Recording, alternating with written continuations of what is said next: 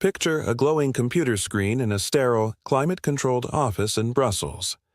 On that screen, a flashing red notification indicates a blocked transaction. A keystroke made by an invisible bureaucrat thousands of miles away has just denied a sovereign nation the ability to purchase essential agricultural machinery.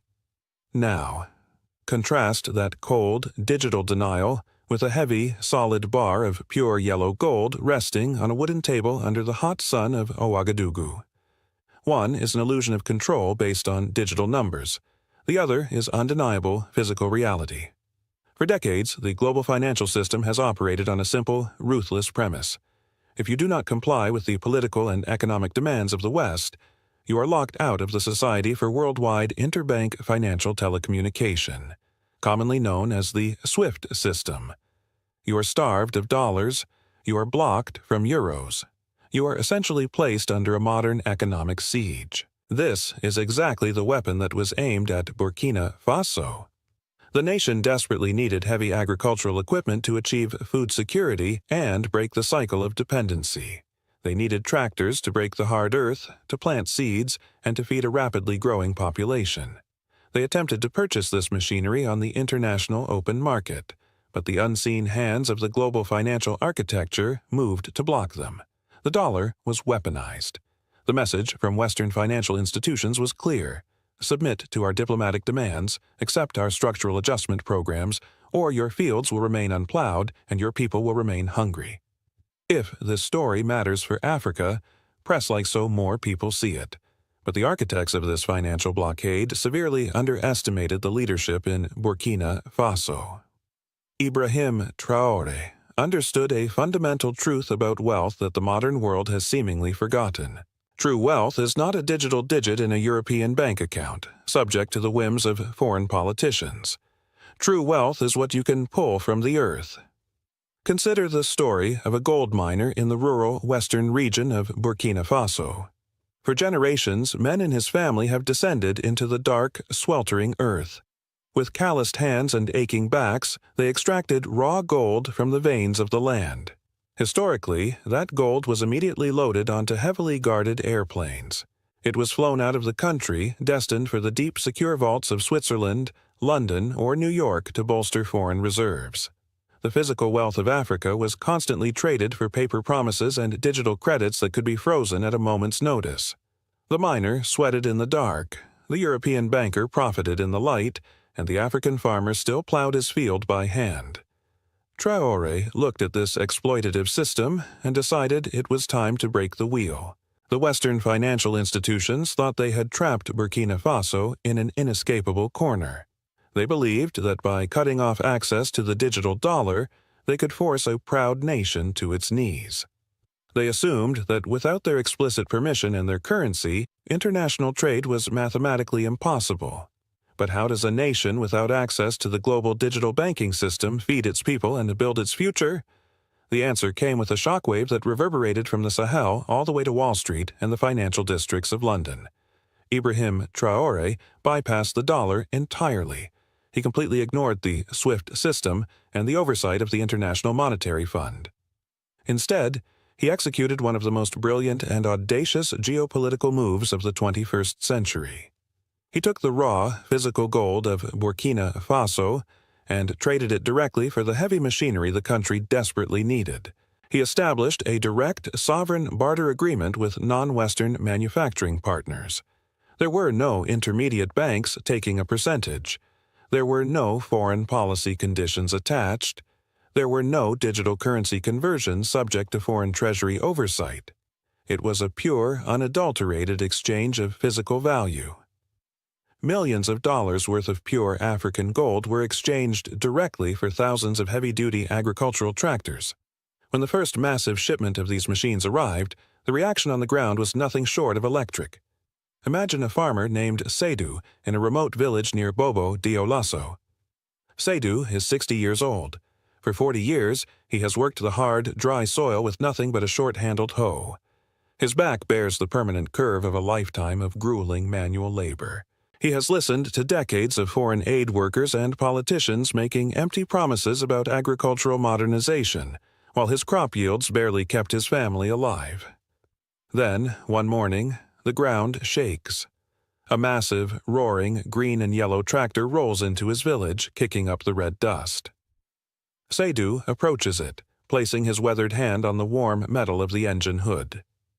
He is told by local officials that this machine does not belong to a foreign corporation. It does not come with a crippling high-interest loan from the World Bank.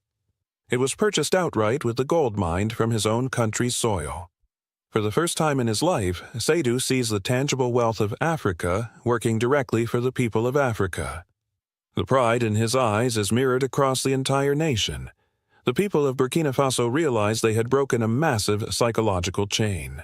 Meanwhile, the reaction in the corridors of power in Washington and Paris was a mixture of absolute confusion and rising panic. Financial analysts and geopolitical strategists were stunned by the simplicity and effectiveness of the maneuver.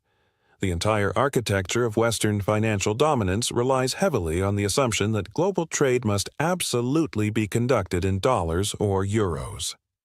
The SWIFT system is only powerful if nations are forced to rely upon it.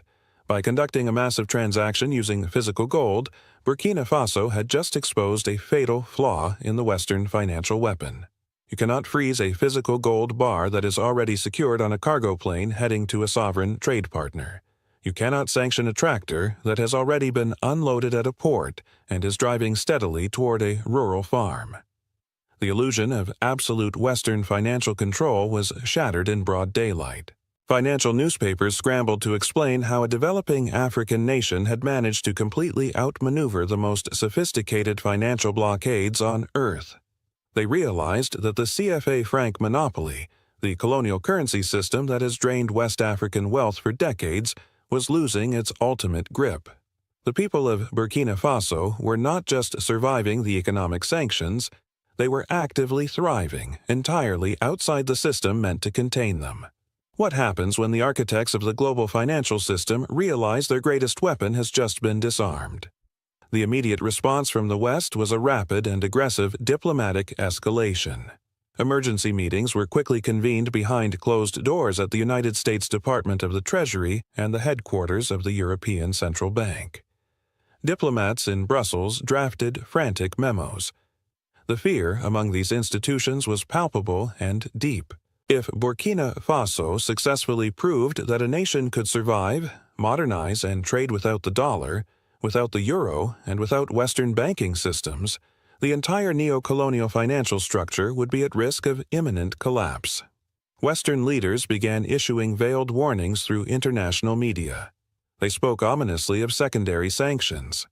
They threatened to penalize any international logistics companies, insurers, or shipping lines that facilitated these direct gold for goods transfers.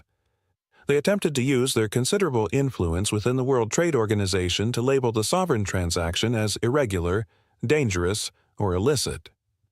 Western intelligence agencies were reportedly tasked with tracking the physical movement of the gold, desperately trying to find a logistical choke point where they could intervene and stop the flow of heavy machinery into West Africa.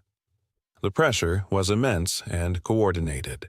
The geopolitical heavyweights of the world were bearing down on Ouagadougou, determined to crush this rebellion against the fiat currency system before it could inspire other resource-rich nations to do the same. But amidst this raging storm of Western panic and diplomatic threats, the response from Ibrahim Traoré and the government of Burkina Faso was a masterclass in psychological warfare. They did not shout. They did not issue angry counter-threats or engage in petty diplomatic squabbles. They simply remained calm. Tell me what you think about this. Comment your honest take. This unshakable calmness was their ultimate power. While Western politicians screamed into microphones about international norms and financial regulations, Burkina Faso simply broadcasted high-definition television footage of the new tractors plowing thousands of acres of previously unused, fertile land. They showed local engineers training young Burkinabe farmers how to maintain and repair the heavy diesel engines. They showed the tangible, undeniable proof of national progress. The silence from the presidential palace in Ouagadougou was deafening to the West. It was the heavy, confident silence of a leadership that knows it holds the ultimate high ground. They possessed real gold. They had acquired real tractors, and they were growing real food in their own soil. The West, in contrast, only possessed paper threats and digital anger.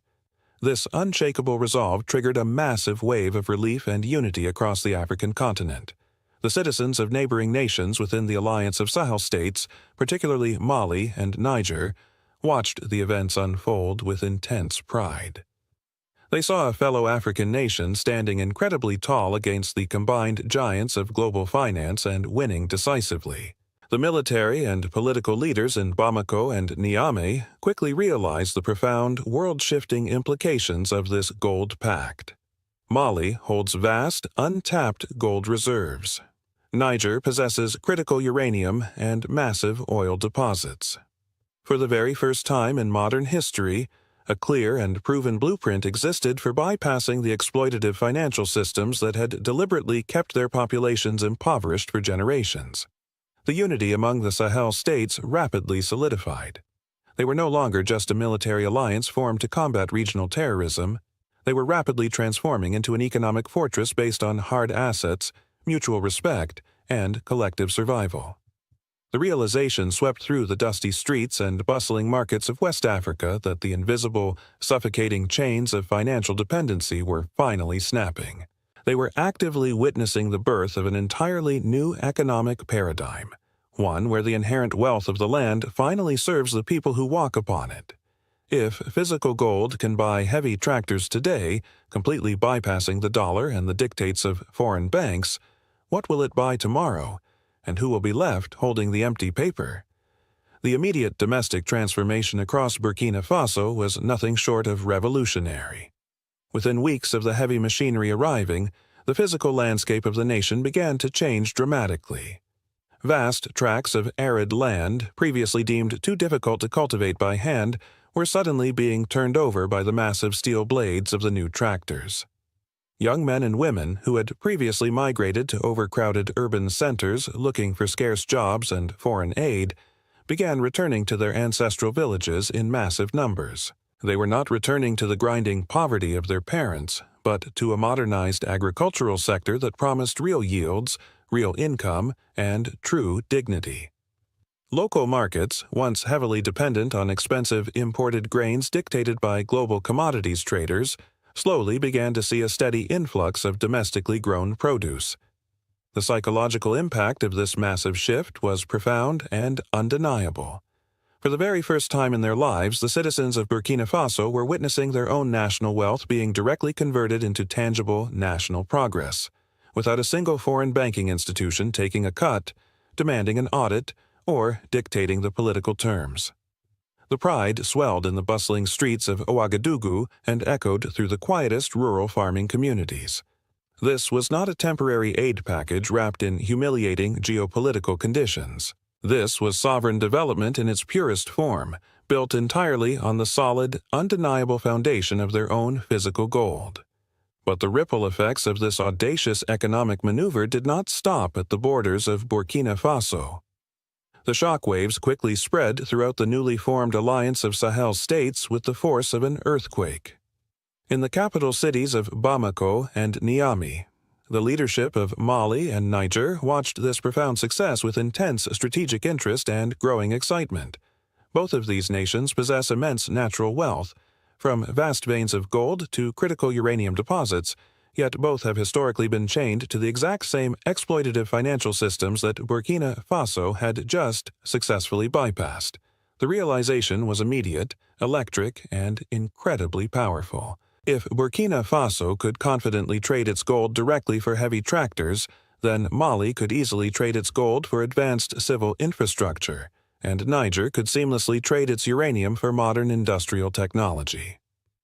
The robust framework for an entirely new, deeply independent economic bloc began to rapidly solidify across West Africa. They were laying the permanent groundwork for a regional barter network, a highly resilient system of trade based entirely on hard, tangible assets rather than the heavily manipulated and politically weaponized fiat currencies of the West. This was the absolute nightmare scenario that Western financial planners had dreaded for decades coming to life in real time. Share this with one friend who follows Africa news.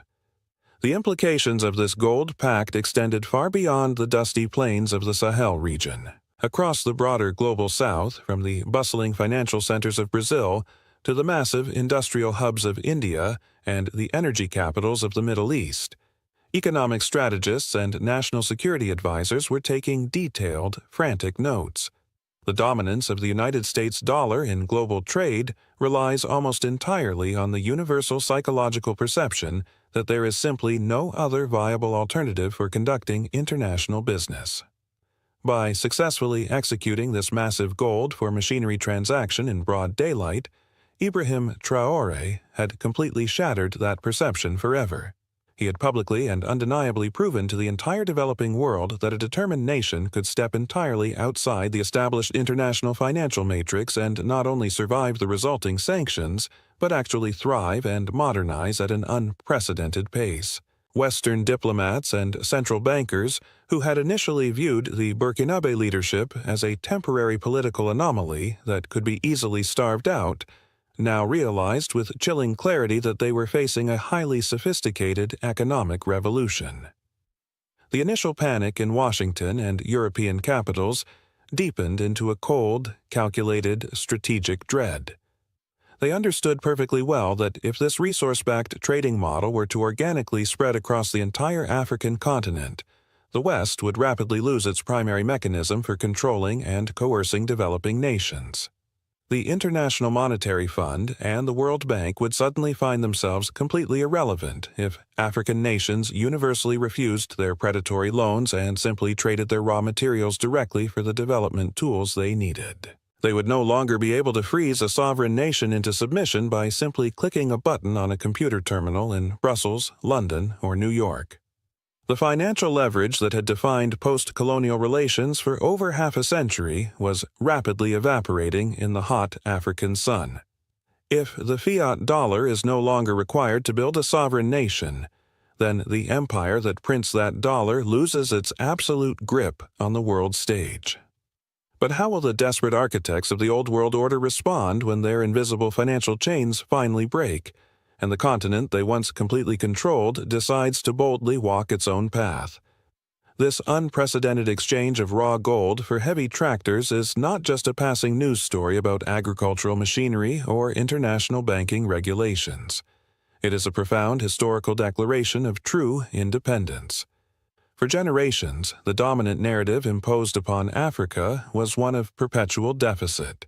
It was painted as a broken continent that supposedly needed constant saving, continuous emergency loans, and endless foreign intervention just to survive.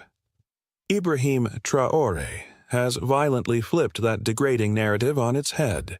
He has demonstrated to the entire watching world that Africa does not need to beg for paper money when it already rightfully owns the very earth that creates all true wealth.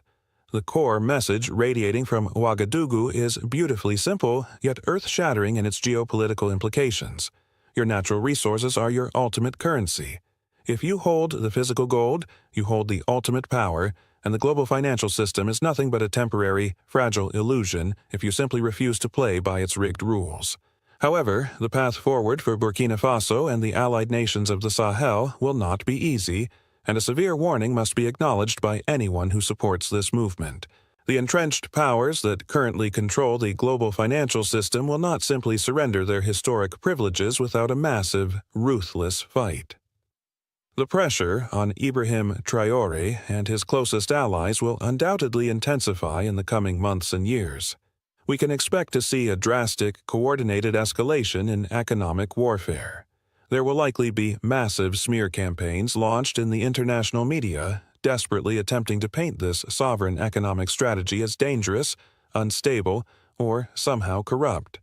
Covert intelligence operations and desperate attempts to destabilize the region from within will almost certainly increase, heavily funded by those corporations and banks who stand to lose billions of dollars if the African continent fully embraces total economic autonomy.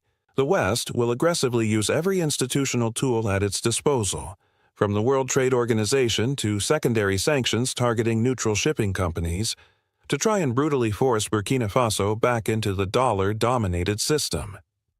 But despite the gathering storm of international pressure and the looming threats of the old empires, there is a deep, profound sense of ultimate satisfaction and unshakable determination taking permanent root across the Sahel.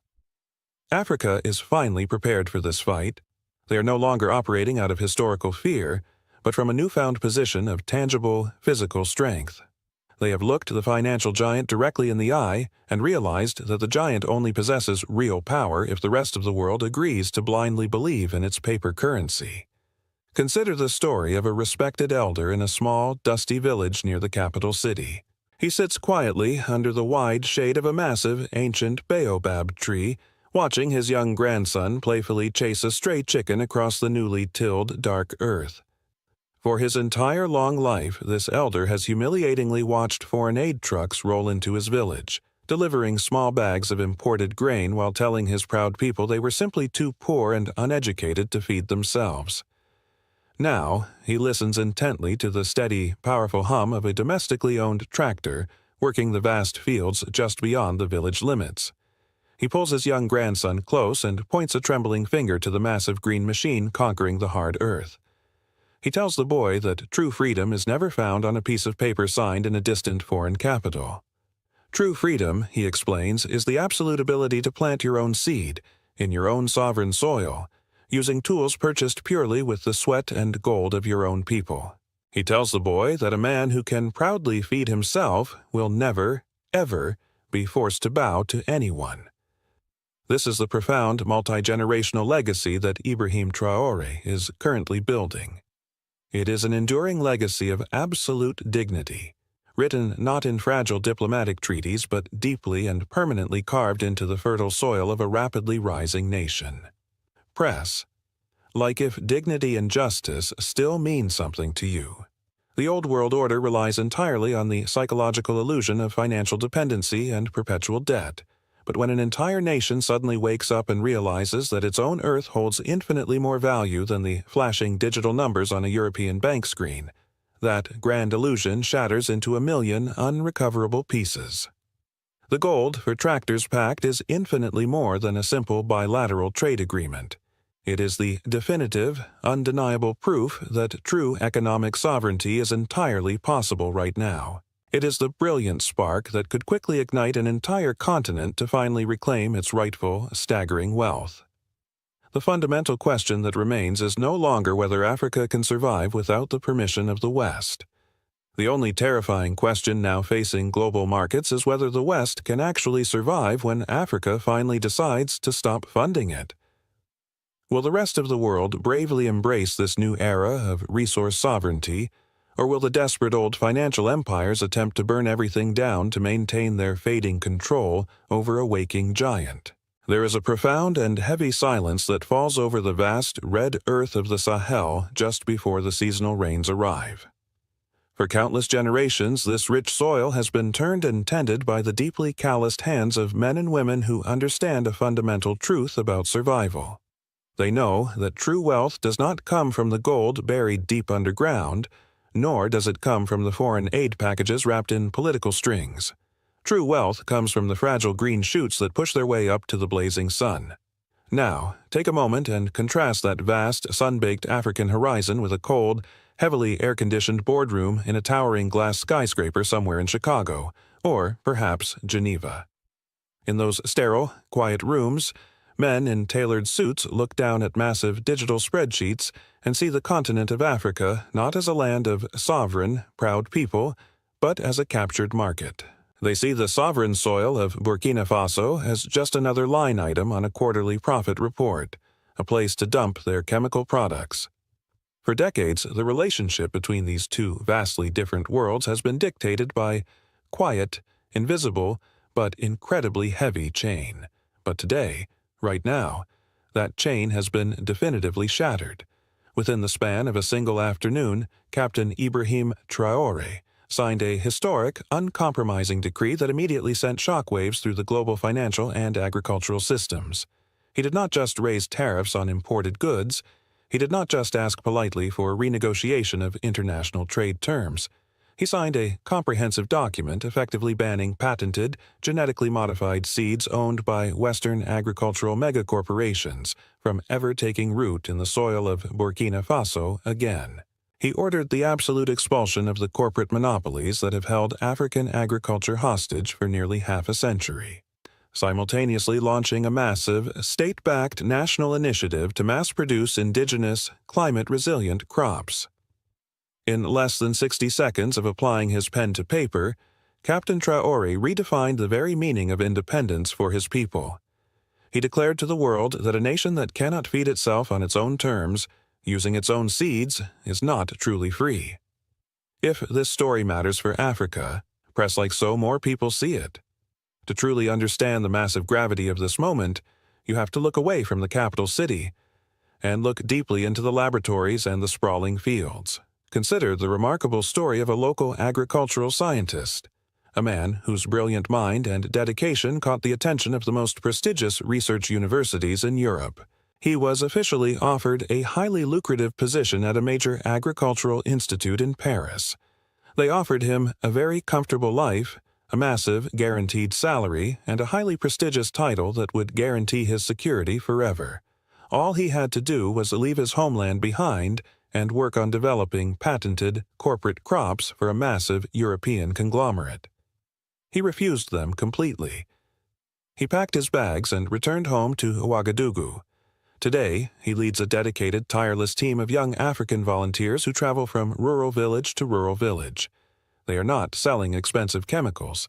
They are painstakingly resurrecting forgotten, completely drought-resistant ancestral seeds. They are spending their long days cataloging the traditional sorghum, millet, and cowpea varieties that sustained their ancestors long before the first European merchant ship ever reached the African coast.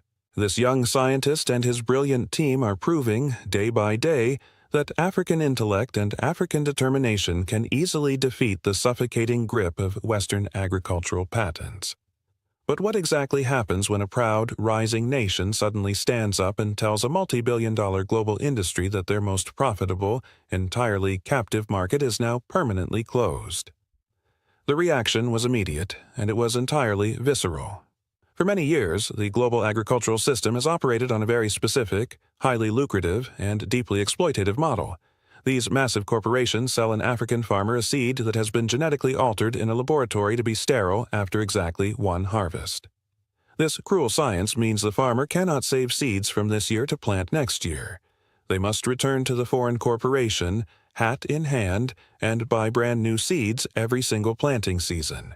It is, quite literally, a biological subscription model forced upon some of the hardest working farmers on Earth. Worse still, these expensive corporate seeds strictly require proprietary chemical fertilizers and highly specific toxic pesticides, all of which are manufactured and sold by the exact same foreign corporations. It is an inescapable, meticulously designed cycle of debt that drains the wealth of the village and sends it directly to Western bank accounts. The new decree signed by the government in Burkina Faso fundamentally outlaws this abusive cycle. It legally strips away the protections that allowed these foreign entities to monopolize the national food supply. In Washington, London, and Brussels, the initial response was sheer, unadulterated disbelief, followed very rapidly by extreme corporate panic. High-paid lobbyists representing the largest agricultural conglomerates in the world immediately flooded the marble halls of their respective government buildings. They absolutely could not fathom that a young military leader in the Sahel would have the absolute audacity to challenge their legal and biological dominance. They aggressively argued that Burkina Faso would face massive starvation without their direct intervention. They loudly claimed that indigenous African farming methods were backward, terribly inefficient, and downright dangerous to the stability of global supply chains. They immediately began drafting intense, coordinated pressure campaigns, demanding that foreign embassies intervene to force the government to reverse the ban.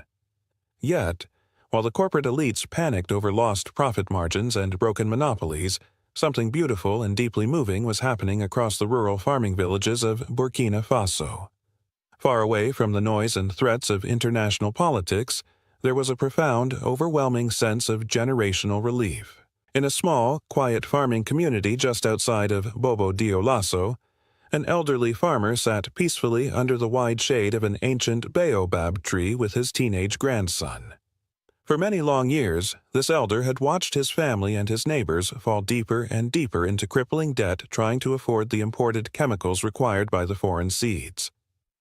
But on the day the decree was announced, he walked slowly into his home and brought out an old, heavily sealed clay jar.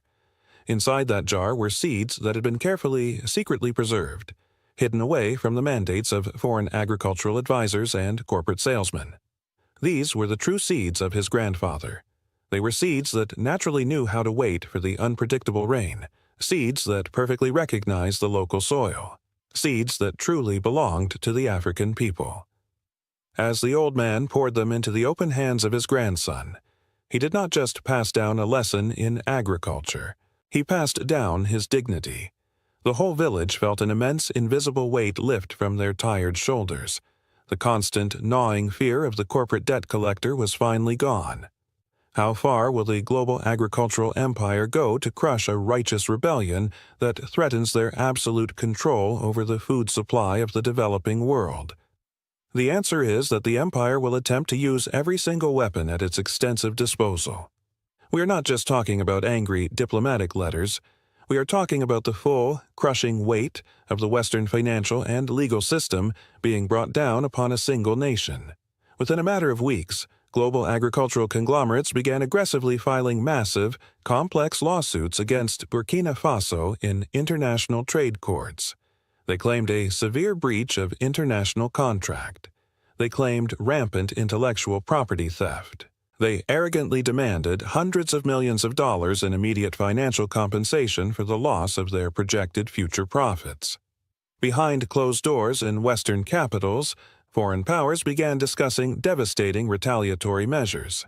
There were serious, documented threats to illegally freeze international financial assets belonging to the sovereign state. There were highly coordinated efforts to artificially block export routes for other agricultural products, actively attempting to strangle the economy of Burkina Faso into desperate submission.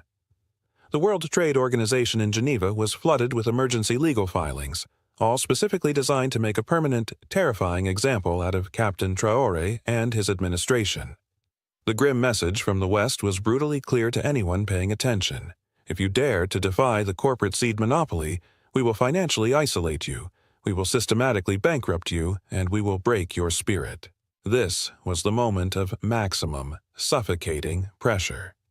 This was the exact moment where, historically speaking, many past leaders in the developing world would inevitably fold under the immense stress, publicly apologize, and quietly sign a brand new, highly restrictive deal with the foreign corporations. But Captain Ibrahim Traoré did not fold. In the absolute face of overwhelming international threats and financial blackmail, the leadership in Burkina Faso responded with a profound, almost terrifying calm.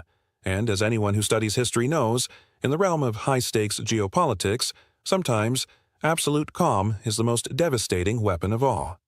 Traoré did not go on international television to shout angrily at the West. He did not engage in predictable, theatrical displays of political outrage. He simply ignored their demands. Instead, he quietly and efficiently redirected massive amounts of state funds to vastly accelerate the building of independent, nationally owned agricultural research centers.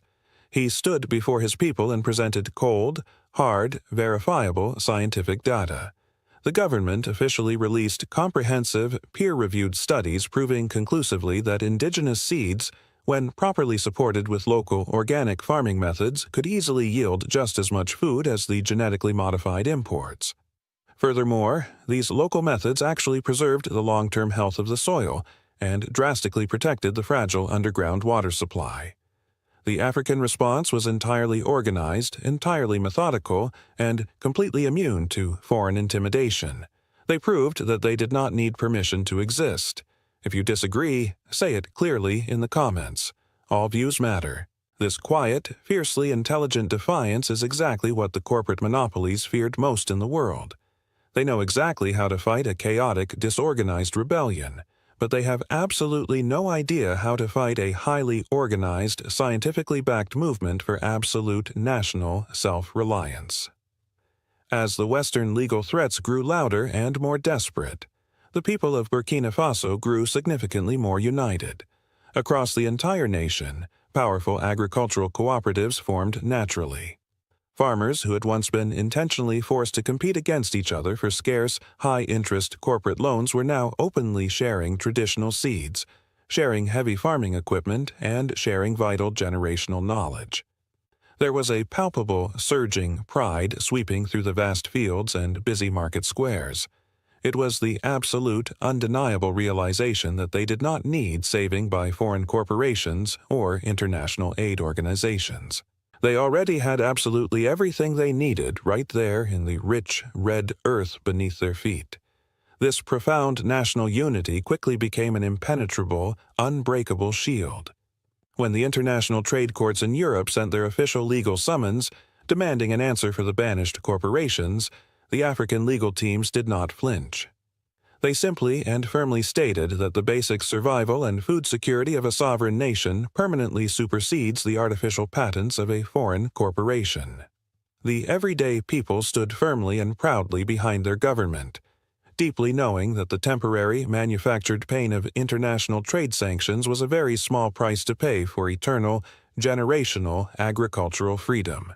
If a single determined nation in the heart of the Sahel can successfully break the heavy chains of corporate agriculture and survive the coordinated wrath of the global elite, who will be the very next to stand up, and will the Western world ever be able to stop them?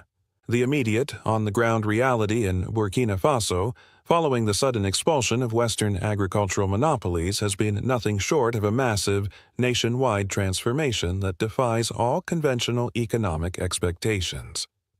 For the very first time in multiple decades, the bustling, vibrant local markets in Ouagadougou, Bobo Dioulasso, and countless rural towns are not flooded with expensive, imported foreign goods that slowly drain the local economy of its vital wealth. Instead, these markets are absolutely overflowing with highly resilient, locally grown indigenous crops. The very physical landscape of the country is visibly shifting before the eyes of the world. Massive tracts of rich African land that were previously exhausted, degraded, and stripped of their natural biological nutrients by harsh, proprietary chemical fertilizers are now being carefully and lovingly rehabilitated. The people are exclusively using traditional organic methods passed down through countless generations of proud farmers. Young men and women, who only a few short years ago would have desperately sought extremely dangerous migration routes to Europe simply to escape crushing rural poverty, are now eagerly returning to their ancestral lands with an immense, unprecedented sense of national purpose. They are not looking for foreign charity. They are actively building a brand new, completely self-reliant domestic economy entirely from the ground up, proving that the African soil has always possessed the immense power to sustain its own people. In the newly expanded and heavily funded agricultural schools and research universities across the nation, the entire academic curriculum has been fundamentally rewritten by African scholars. Western textbooks that exclusively promoted genetically modified seeds and permanent chemical dependency have been permanently thrown out of the classrooms. In their place, highly motivated students are intensely studying advanced local ecology, highly sophisticated rainwater conservation techniques, and the absolutely incredible, largely untapped genetic potential of native African plant species. They are learning the profound truth that their ancestors were never primitive farmers who needed desperate foreign intervention, but rather highly skilled, sophisticated agronomists who successfully and sustainably managed the harsh, unforgiving Sahel environment for centuries without a single drop of imported synthetic chemicals. This is not just a mere agricultural shift. It is a profound, deeply necessary psychological liberation for an entire generation. It is the complete, systematic dismantling of a deeply ingrained neo-colonial mindset that falsely and maliciously taught generations of Africans that foreign products and foreign ideas were inherently superior to their own rich heritage. Share this in your group. Let others decide for themselves. But the true, deeply hidden reason why Western capitals and massive corporate boardrooms are currently experiencing such unprecedented, frantic levels of absolute panic is not simply about the lost financial revenue within the borders of Burkina Faso. What truly terrifies the wealthy executives of multinational conglomerates is the massive, undeniable, and entirely unstoppable ripple effect this bold sovereign move is already having across the entire African continent. The alliance of Sahel states, comprising the rapidly aligning nations of Burkina Faso, Mali, and Niger, currently operates as a deeply unified, highly coordinated political and economic front. When Captain Ibrahim Traoré successfully and publicly proves that a sovereign African nation can legally and economically sever its heavy ties with predatory agricultural monopolies and actually thrive in the aftermath, he provides a highly dangerous, fully tested blueprint for his closest regional allies. National leaders and top agricultural ministers in Mali and Niger are currently watching this massive, unprecedented agricultural experiment with intense, highly focused interest. They have already begun serious, high-level, confidential discussions about implementing exact, identical copies of the Seed Sovereignty Decree entirely within their own national borders. They clearly see that the heavy chains of corporate farming can indeed be broken. This profound movement of agricultural independence is rapidly spreading far beyond the immediate borders of the Sahel region. Across the broader global south, from the vast, struggling farming communities in South America to the rural, debt-ridden agricultural hubs in Southeast Asia, developing nations are paying very close, quiet attention. For countless decades, they have all suffered under the exact same exploitative corporate monopolies. They have all watched helplessly as their hardworking local farmers were ruthlessly driven into permanent, inescapable financial debt by the exact same Western conglomerates. Now, for the first time in modern history, they are seeing a highly effective, deeply courageous, and entirely legal alternative playing out in real time on the world stage. Burkina Faso has suddenly and unexpectedly become the undeniable, beating heart of a massive global resistance movement against corporate agricultural dominance. When international trade delegates from developing nations meet at various global economic summits today, they are no longer whispering in quiet, defeated resignation. They are actively, openly discussing the Burkina Faso model.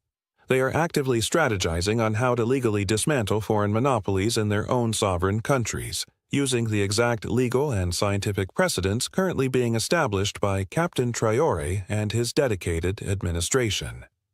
The massive Western conglomerates are acutely aware of this rapidly growing, highly existential threat to their absolute global dominance over the world food supply. They deeply understand the terrifying mathematical reality that if Burkina Faso ultimately succeeds, the entire, highly lucrative, multi-billion-dollar global system of patented agricultural dependency will inevitably begin to collapse like a fragile, poorly constructed house of cards.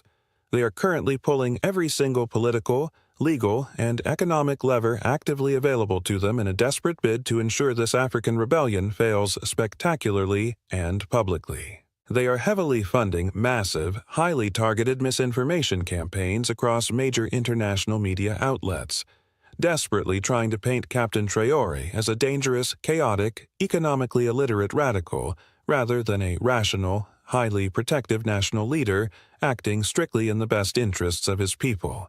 They are actively leaning on massive, heavily influential global financial institutions, attempting to aggressively leverage international debt and developmental aid to force Burkina Faso back into subservient compliance.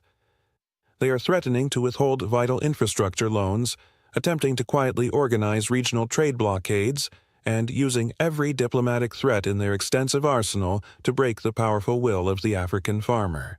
But what exactly happens to the established global order when an entire, vast continent simply refuses to buy what the dying empire is aggressively selling, and courageously chooses to plant its own sovereign seeds of defiance instead? Ultimately, this historic, unprecedented decision to completely ban Western mega-farms and forcefully resurrect native African agriculture is not merely a passing news story about farming techniques, and it is certainly not just a minor, forgettable dispute over international trade regulations. It is a deeply profound, fiercely uncompromising, and entirely permanent declaration of fundamental human dignity. It is a powerful, undeniable reminder to the entire world that true national sovereignty does not exist on a fragile piece of paper, signed at a distant, heavily guarded diplomatic conference in Europe. True, unbreakable sovereignty is physically rooted deeply in the native soil. It is strictly measured by a sovereign nation's absolute ability to feed its own children, using its own resources without ever having to beg for permission or borrow money from wealthy foreign entities. For far too long, the African continent has been arrogantly treated as a massive, passive, highly profitable laboratory for Western corporate interests to test their chemicals and extract their immense wealth. But the long, dark era of passive African compliance has definitively and permanently ended. We must be entirely clear and brutally honest about the intense, deeply turbulent days that inevitably lie ahead for this brave nation. The massive, multi-billion-dollar global forces that currently benefit immensely from African dependency will absolutely not surrender their immense power and their massive profit margins quietly. The external financial pressure on Burkina Faso will inevitably increase in the coming months. There will be highly coordinated, deeply aggressive, and entirely ruthless attempts to politically isolate the nation on the world stage, to severely restrict their vital access to international export markets, and to heavily punish their bold military and civilian leadership. The wealthy global empire will relentlessly strike back with every single tool of economic warfare it currently possesses. They will attempt to artificially create domestic food shortages. They will attempt to heavily sponsor internal political division, and they will try with all their might to break the remarkable, soaring spirit of the newly liberated African people. Yet, despite the massive, looming storms of intense international retaliation and the very real threats of economic hardship, there is a profound, unshakable, and deeply moving sense of deeply rooted satisfaction spreading rapidly across the Sahel. The hard-working people of Burkina Faso are entirely prepared for the long, difficult road ahead. They are not acting out of blind, unthinking anger, nor are they acting out of sudden emotional impulse. They are acting out of cold, highly calculated, and profoundly deep determination. They deeply understand the extraordinarily high price of true, lasting independence, and they have universally, collectively decided that it is a price they are more than willing to pay for the sake of their grandchildren. They know that the temporary pain of Western sanctions is absolutely nothing compared to the eternal suffering of corporate slavery. Consider, for a profound moment, a deeply intimate, exceptionally quiet scene playing out right now in a small, dusty farming village located far away from the busy political capital. A weary but intensely proud mother stands in her modest, warmly lit kitchen, carefully preparing a traditional evening meal for her family. She is using the very first successful, abundant harvest of the newly resurrected indigenous seeds that her own community planted and cultivated. As she slowly works the ingredients, she knows with absolute, unwavering, and powerful certainty that absolutely no foreign corporation legally owns the food she is cooking for her blood. She knows that she does not owe a distant, wealthy Western bank a single penny for the fundamental human right to feed her own children. In that small, quiet, seemingly ordinary act of preparing a simple family meal, there is a monumental, world-changing, historic victory. She is successfully feeding her family with the undeniable, unbreakable strength and the ancient wisdom of her ancestors.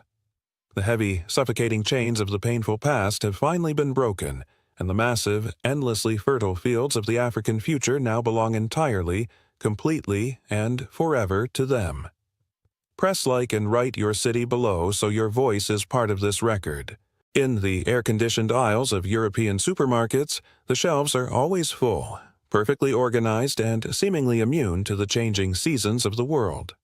But thousands of miles away, beneath the blazing, unforgiving sun of the Sahel, a completely different reality was supposed to unfold, dictated by the invisible hands of foreign trade commissions. In the lush, sprawling orchards of Bobo Dioulasso, a man named Seydou stood over a harvest of pure gold. This was not the mineral gold pulled from the deep earth that usually dominates global headlines, but the golden, sweet flesh of premium mangoes. For generations, farmers like Seydou and his ancestors have cultivated the soil, grown some of the finest, most sought-after fruit on the planet, and meticulously packed it into crates destined for the luxury markets of Paris, Berlin, and Rome. It was a grueling cycle of labor, completely dependent on the approval of foreign buyers.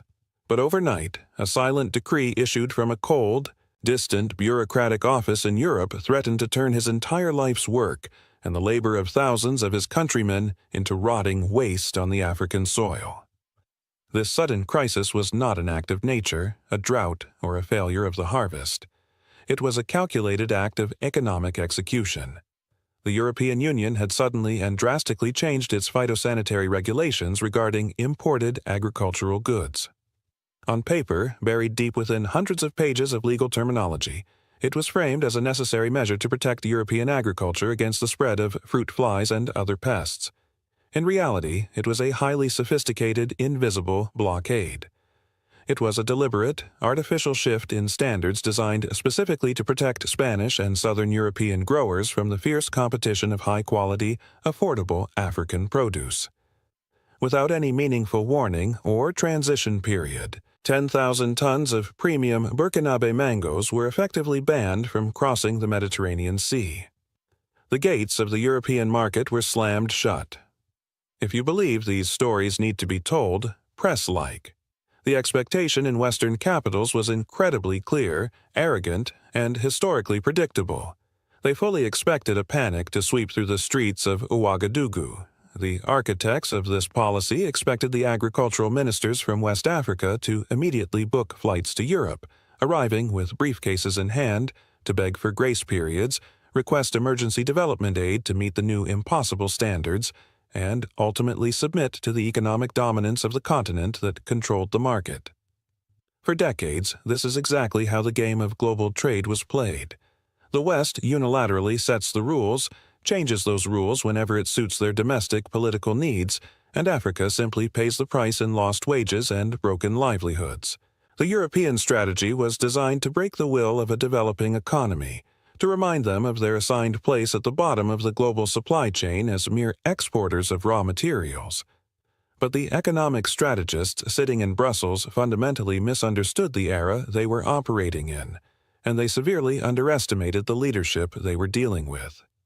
They did not factor in the quiet, unyielding resolve of Ibrahim Traoré and the awakened people of Burkina Faso. They arrogantly assumed that a closed door in Europe meant a dead end for Africa. But what happens when the continent that feeds the entire world finally decides it no longer needs the West to survive? The immediate aftermath of the European ban was a tense, heavy silence across the agricultural hubs of the nation. The fruit was ripening fast, the heat was unforgiving, and the biological clock of the harvest was ticking loudly.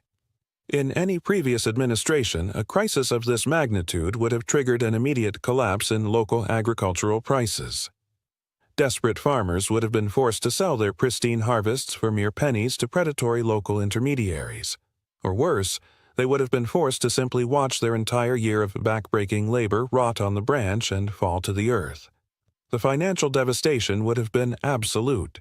It would have rippled through rural communities like a shockwave, emptying classrooms as families could no longer afford school tuition, and fueling the very social instability and desperation that foreign powers so often claim they want to solve through their endless, ineffective aid programs.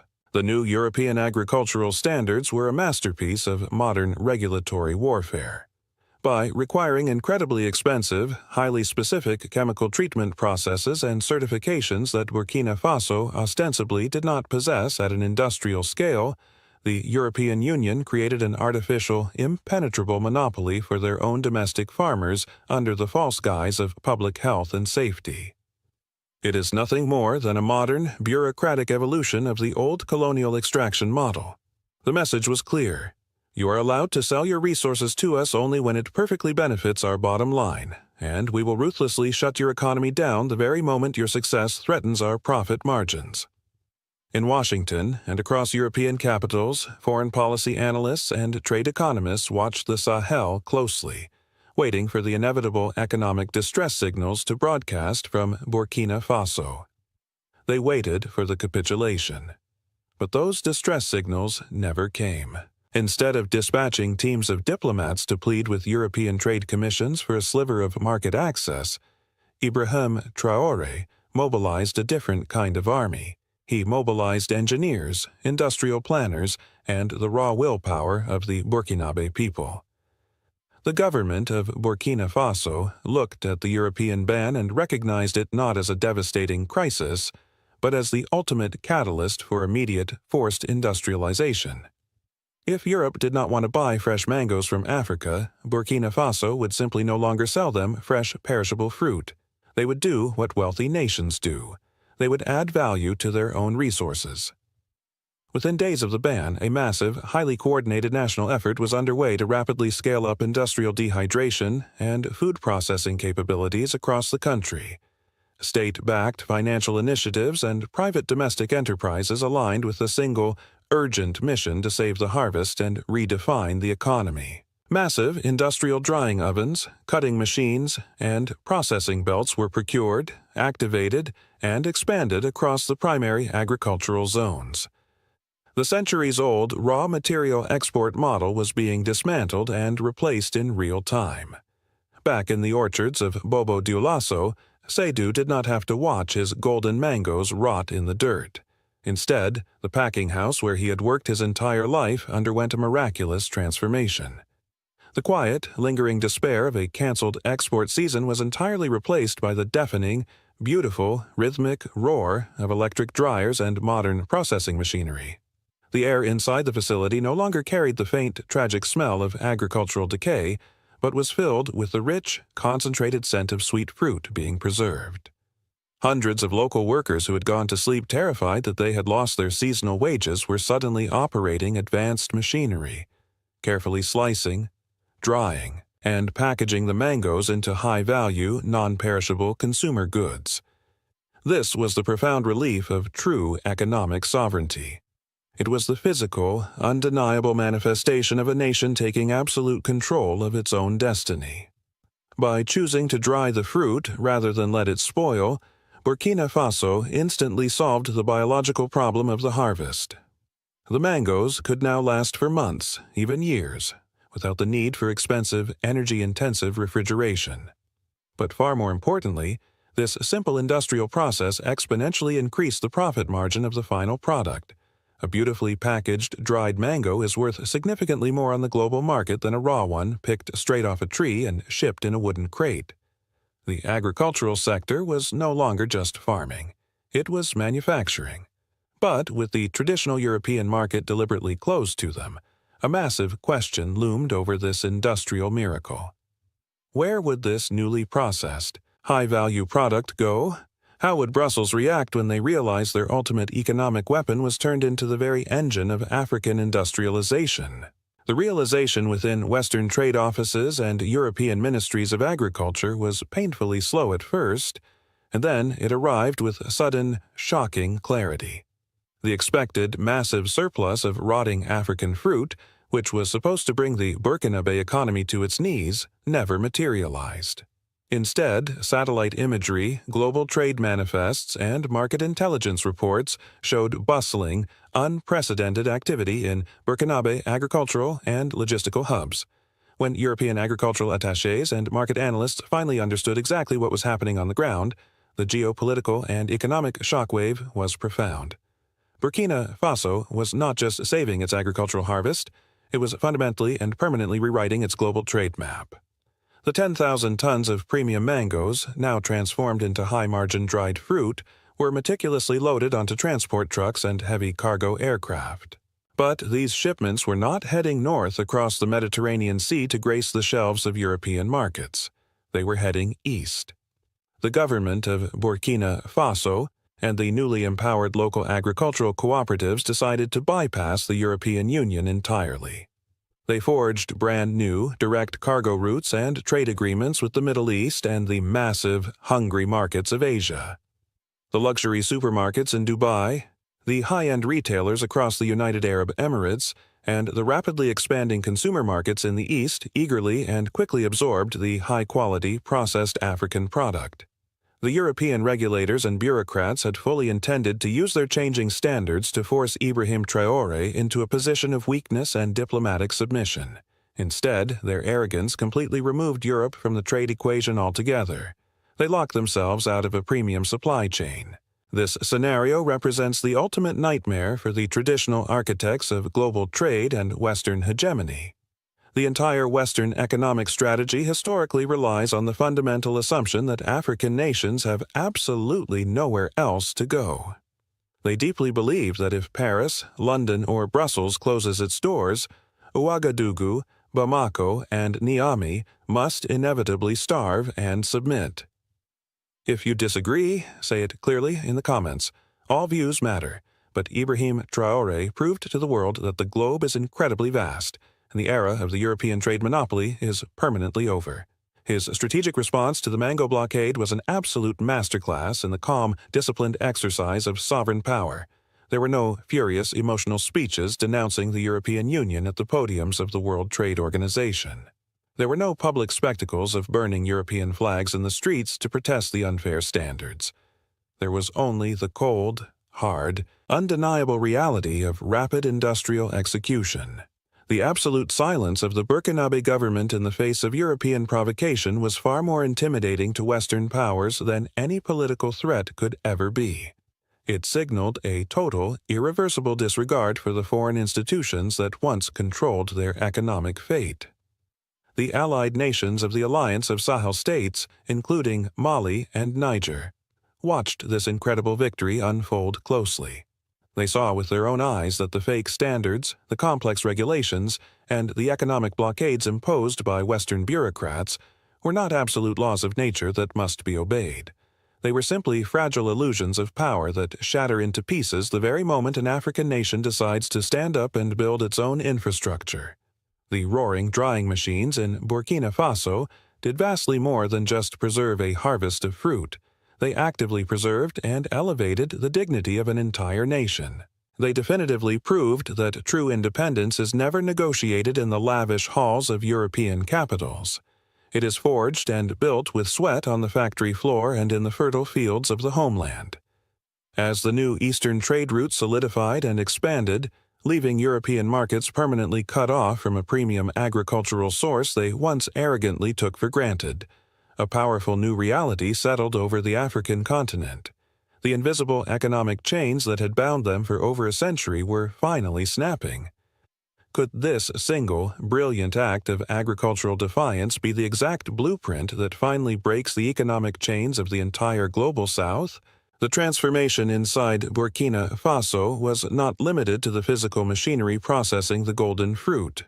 The psychological transformation of the population was even more profound, shattering decades of deeply ingrained conditioning. For generations, the psychological burden of dependency weighed heavily on the shoulders of every farmer, every truck driver, and every merchant in the agricultural supply chain. They had been taught, through decades of unfair trade practices, to look across the ocean for validation. They were trained to wait anxiously for the nod of approval from a European inspector before they could secure the means to feed their own families. But as the new dehydration plants hummed with steady electricity and undeniable purpose, a new, unbreakable sense of national pride took root in the red soil of the Sahel. The revenue generated from the dried mango exports to the Middle East and Asia did not disappear into the offshore accounts of foreign multinational corporations. It flowed directly back into the local economy, bypassing the traditional predatory intermediaries that historically funneled the wealth of the continent outward. The rural communities surrounding agricultural hubs like Bobo Dioulasso began to experience a rapid, visible transformation. Schools that were constantly under the threat of closing due to unpaid tuition fees suddenly saw their classrooms full of eager students, their parents finally armed with reliable, predictable income. The local markets, previously stagnant and entirely at the mercy of the volatile fluctuations of raw export prices dictated by European buyers, were now vibrant, stable, and expanding. The people of Burkina Faso realized a fundamental truth. Their labor had intrinsic, undeniable value on the global stage, and they absolutely no longer needed foreign permission to prosper. This massive domestic victory in Burkina Faso sent an immediate, undeniable shockwave across the entire West African region. The news of the roaring processing factories and the highly lucrative new eastern trade routes could not be contained by artificial colonial borders. In neighboring Mali and Niger, the other core members of the Alliance of Sahel States, government officials and agricultural leaders watched the Burkinabe triumph with intense focus and immediate recognition. They instantly realized that the so-called European standard, the bureaucratic weapon used to keep Africa subservient, was nothing more than a paper tiger. It was an illusion of authority that could be completely neutralized with bold leadership and rapid industrial investment. The Alliance of Sahel States, previously united primarily by the urgent need for mutual military defense against terrorism, suddenly discovered a powerful, transformative new dimension to their regional unity. They had just witnessed a proven economic blueprint for absolute self-reliance. The logic was inescapable. If Burkina Faso could completely decouple its premium fruit sector from the coercive grip of the European Union, then Mali could execute the exact same strategy with its massive cotton industry, and Niger could apply the identical principle to its vast, untapped agricultural potential. The realization was revolutionary, spreading like wildfire across the intellectual and political landscape of the continent. The European market, which for over a century had arrogantly dictated the economic pulse of West Africa, was actually entirely optional. The geopolitical implications of this realization deeply terrified the traditional power centers in the West. For the European trade commissions and the bureaucratic architects sitting comfortably in Brussels, the mango blockade was originally designed to be a surgical, devastating strike. It was meant to assert absolute dominance and brutally remind Africa of its inherent dependency. Instead, their arrogance exposed a fatal, irreversible vulnerability in their own global system. By aggressively closing their doors to raw African goods, they accidentally triggered and accelerated the rapid industrialization of the very nations they sought to control. European luxury retailers and high-end consumer markets suddenly found themselves entirely cut off from one of the finest agricultural products on Earth. European importers were forced to scramble in a panic for inferior, more expensive substitutes from other regions, while the premium, newly processed Burkinabe harvest was proudly displayed and eagerly purchased in the bustling, wealthy markets of Dubai, Doha, Beijing, and across the rapidly rising economies of Asia. The West lost far more than just a reliable supply of premium fruit. They lost their primary, most effective mechanism of geopolitical leverage.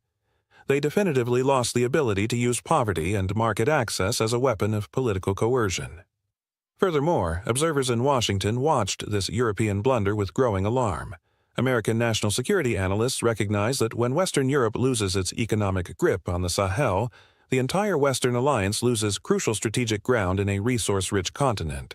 They see that Ibrahim Traoré is not just fighting a trade dispute.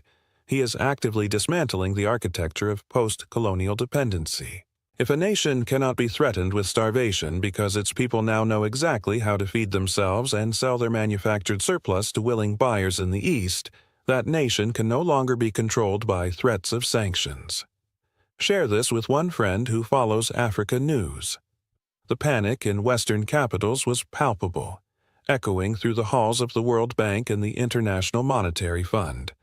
Foreign policy think tanks and economic advisors frantically scrambled to draft new strategies, facing the harsh reality that the old colonial playbook of blockades and regulatory extortion was now completely obsolete against a united, industrialized Africa.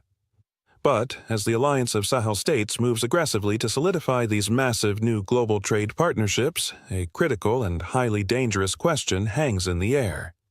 If the traditional Western powers can no longer control the harvest and dictate the terms of survival, what extreme, unprecedented measures will they attempt to deploy to regain control of the African future? The story of the Burkinabe mangoes is not simply an inspiring agricultural anecdote. It is a defining, monumental chapter in the history of modern African sovereignty. It serves as an undeniable historical testament to the profound truth that the wealth and security of a nation do not lie in begging for market access from former colonizers, but in the intelligent, fearless, and independent management of its own resources. Ibrahim Traoré and the resilient, hard-working people of Burkina Faso proved to the entire globe that when a nation firmly stops asking for permission to survive and begins aggressively building the infrastructure to thrive, the entire geopolitical balance of power inevitably and permanently shifts. This victory, however magnificent, is not the end of the conflict. It is merely the opening engagement in a much larger, generational struggle for total economic independence and continental dignity. The architects of the old global order will never surrender their influence or their immense profits quietly. We must expect that as the alliance of Sahel states continues to rapidly industrialize and assert its autonomy, the external pressure from the West will only increase in severity and complexity. Western financial institutions, suddenly terrified by the very real prospect of an independent, self-funded African continent that no longer requires their predatory loans, will undoubtedly attempt to deploy more sophisticated economic weapons. We must be prepared to see heavily coordinated international media smear campaigns specifically designed to discredit African manufacturing standards and cast doubt on their rising industries. We may witness covert, highly funded attempts to disrupt the newly established Eastern trade routes, or calculated efforts to manipulate regional currency markets to artificially undermine this incredible, hard-won progress. The global empire of debt and enforced dependency will inevitably fight back with everything it has at its disposal. But there is a profound, fundamental difference now. Africa is awake, and Africa is prepared. The psychological chains of fear, compliance, and inferiority have been permanently shattered. The men and women of Burkina Faso have tasted the sweet, undeniable reward of their own sovereign labor, and they will absolutely never return to the dark fields of dependency. They are standing tall on their own soil, fully aware of their immense collective strength, and they are no longer intimidated by the bureaucratic threats or financial ultimatums of foreign capitals. Back in the bustling packing facility in Bobo Dioulasso, the transformation of an industry and a people is complete. Seydou, the man who only weeks ago stared at a golden harvest he deeply feared would rot under the unforgiving sun, now stands proudly at the end of a state-of-the-art, high-capacity production line. His hands, rough and calloused from decades of working the demanding soil, carefully and deliberately place a beautifully designed premium label onto a sealed package of high-grade dried fruit. The label does not bear the name of a foreign multinational corporation, nor does it carry the logo of a European import agency that dictates its worth. It proudly reads, in bold, uncompromising letters, "Made in Burkina Faso," as he firmly places the box onto a shipping pallet destined for a luxury market thousands of miles away in the Middle East. A quiet, profound smile crosses his face. It is the smile of a man who knows, with absolute certainty, that he is no longer just passing down a dusty plot of land to his children. He is passing down a thriving, modern industry. He is passing down a powerful legacy of dignity, economic strength, and unwavering independence. The world is changing rapidly, shifting on its axis, and the old masters of global trade are suddenly finding themselves standing on the outside looking in, entirely irrelevant to the future they once thought they owned. Will the rest of the world wake up to the undeniable reality of a rising, self-sufficient Africa, or will they stubbornly continue to blind themselves with the arrogant, fading illusions of the past? If you stood with Africa today, press like before you go. Good day, everyone. Whether you are tuning in from the continent of Africa, from the diaspora, or from anywhere else around the world, welcome back to the channel. I need you to sit down for this one, because what I'm about to tell you is not just about agriculture. It is not just about trade, or tariffs, or regional economics. It is about power. It is about survival. It is about the ultimate geopolitical weapon in the modern world, which is food. Every single African country will have to answer a very simple yet brutal question sooner or later. Can you feed yourself? And if you cannot feed your own people, then who really controls your future? For decades, we have been told that true power comes from military alliances, or from sitting at the table with the World Bank, or from securing massive loans from the International Monetary Fund. But recent events are proving that true power is much simpler. True power is a full granary, True power is the ability to close your border and know your people will not starve. On March the 16th, 2026, the government of Burkina Faso, under the leadership of Captain Ibrahim Traoré, issued a joint directive. It was signed by the country's trade minister and the minister of agriculture. The directive announced an immediate, indefinite ban on the export of fresh tomatoes across the entire national territory. Every export permit was canceled. Every special authorization was suspended immediately. Transporters with existing, legally binding contracts were given exactly 2 weeks to finish their shipments. After that 14-day window, nothing leaves the country. Any individual or business caught violating the directive faces severe legal sanctions. And the government took it a step further. Any tomato seized in breach of the ban will be confiscated and sent directly, completely free of charge, to feed the military troops and the patients in national hospitals. The government even set up toll-free telephone lines so that ordinary citizens can report violators and smugglers directly to the authorities. That is how serious this is. This is not a request. It is an ironclad command. Now, when I first saw this story breaking across the regional news networks, I did what I always do. I did not stop at what happened. I asked, why is this happening? What is Captain Ibrahim Traoré actually trying to achieve here? What does this mean for the neighboring countries that depend entirely on the agricultural output of Burkina Faso? And, most importantly, what does this tell us about the future of food, sovereignty, and dignity on this continent? If this story matters for Africa, press like so more people see it, because this story goes much, much deeper than most people realize. The mainstream media will tell you this is just a trade dispute, but they are missing the entire picture. The tomato ban did not come out of the blue. It is not a random act of hostility against neighboring states. It is the final, meticulously calculated move in a 14-month industrial chess game. While the rest of the world was focused on geopolitical drama, military operations, and international speeches, Burkina Faso was quietly, relentlessly building a domestic processing empire. They were laying the foundation for true independence.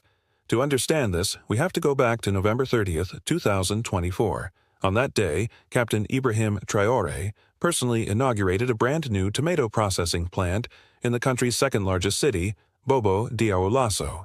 The factory is called the Burkina Faso Tomato Company. Now, I need you to pay very close attention to how this specific factory was funded, because this changes everything we know about African development. This massive industrial facility was not built with restrictive loans from the International Monetary Fund.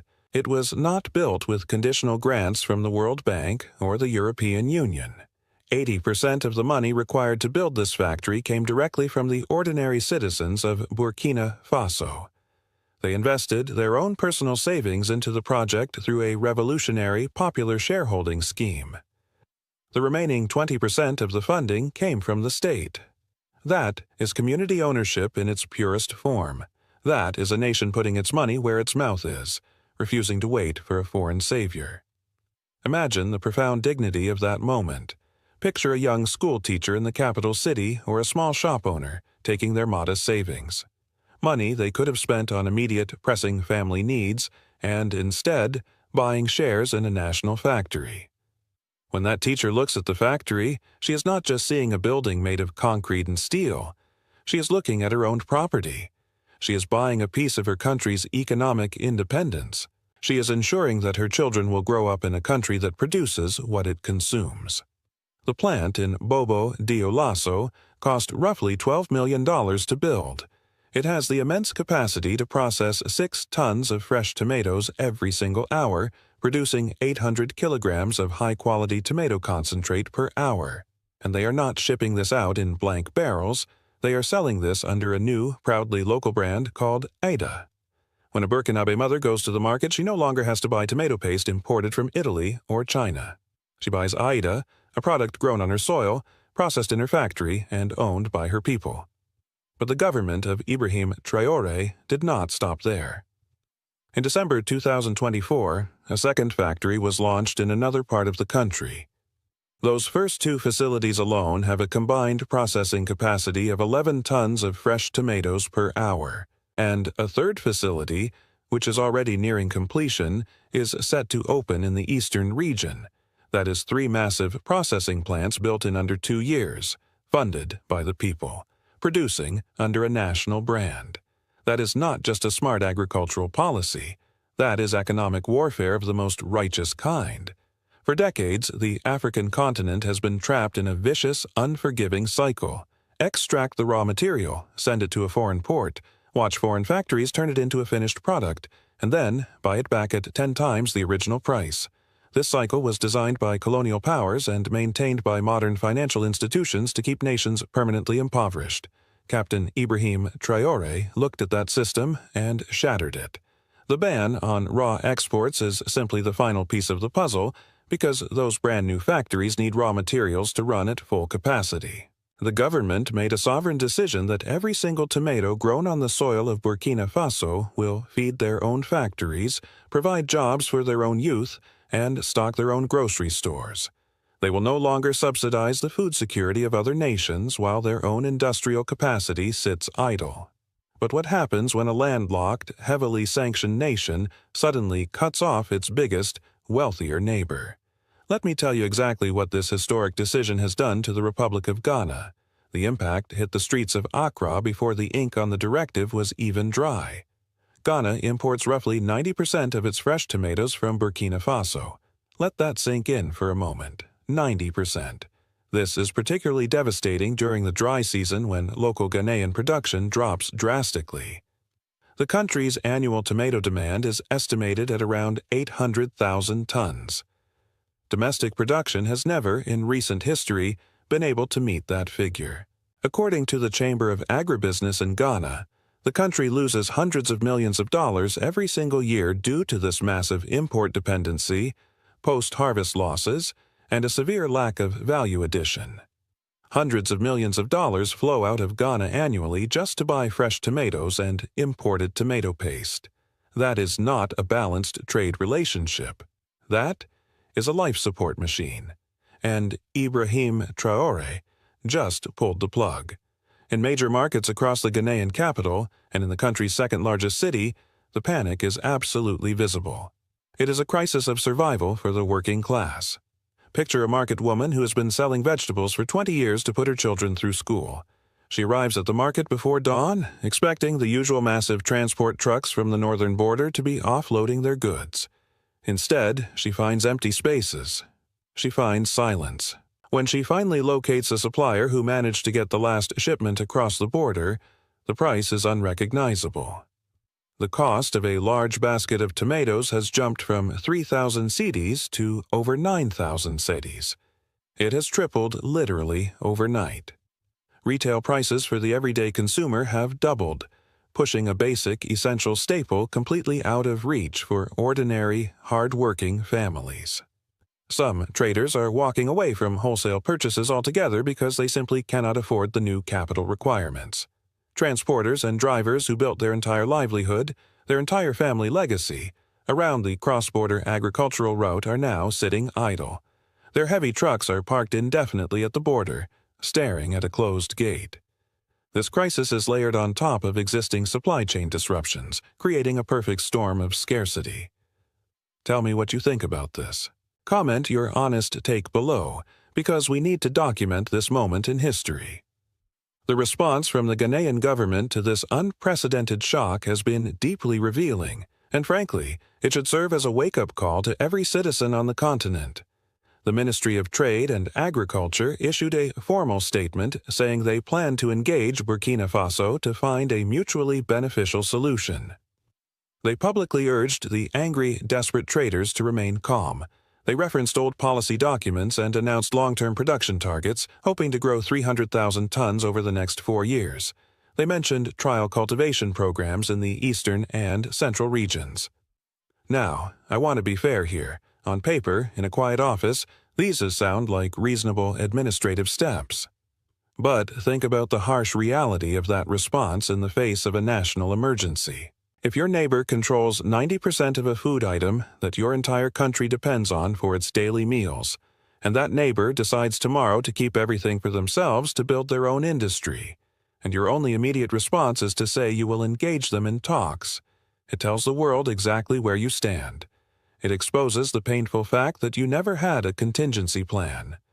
It tells us that while Burkina Faso was organizing its citizens, raising millions of dollars from ordinary people to build state-of-the-art processing plants, your government was busy writing policy documents and relying on the hard work of foreign farmers. And this is the part that should sting the absolute most for anyone watching this unfold. Ghana has significantly more fertile land than Burkina Faso. Ghana receives vastly more rainfall every single year.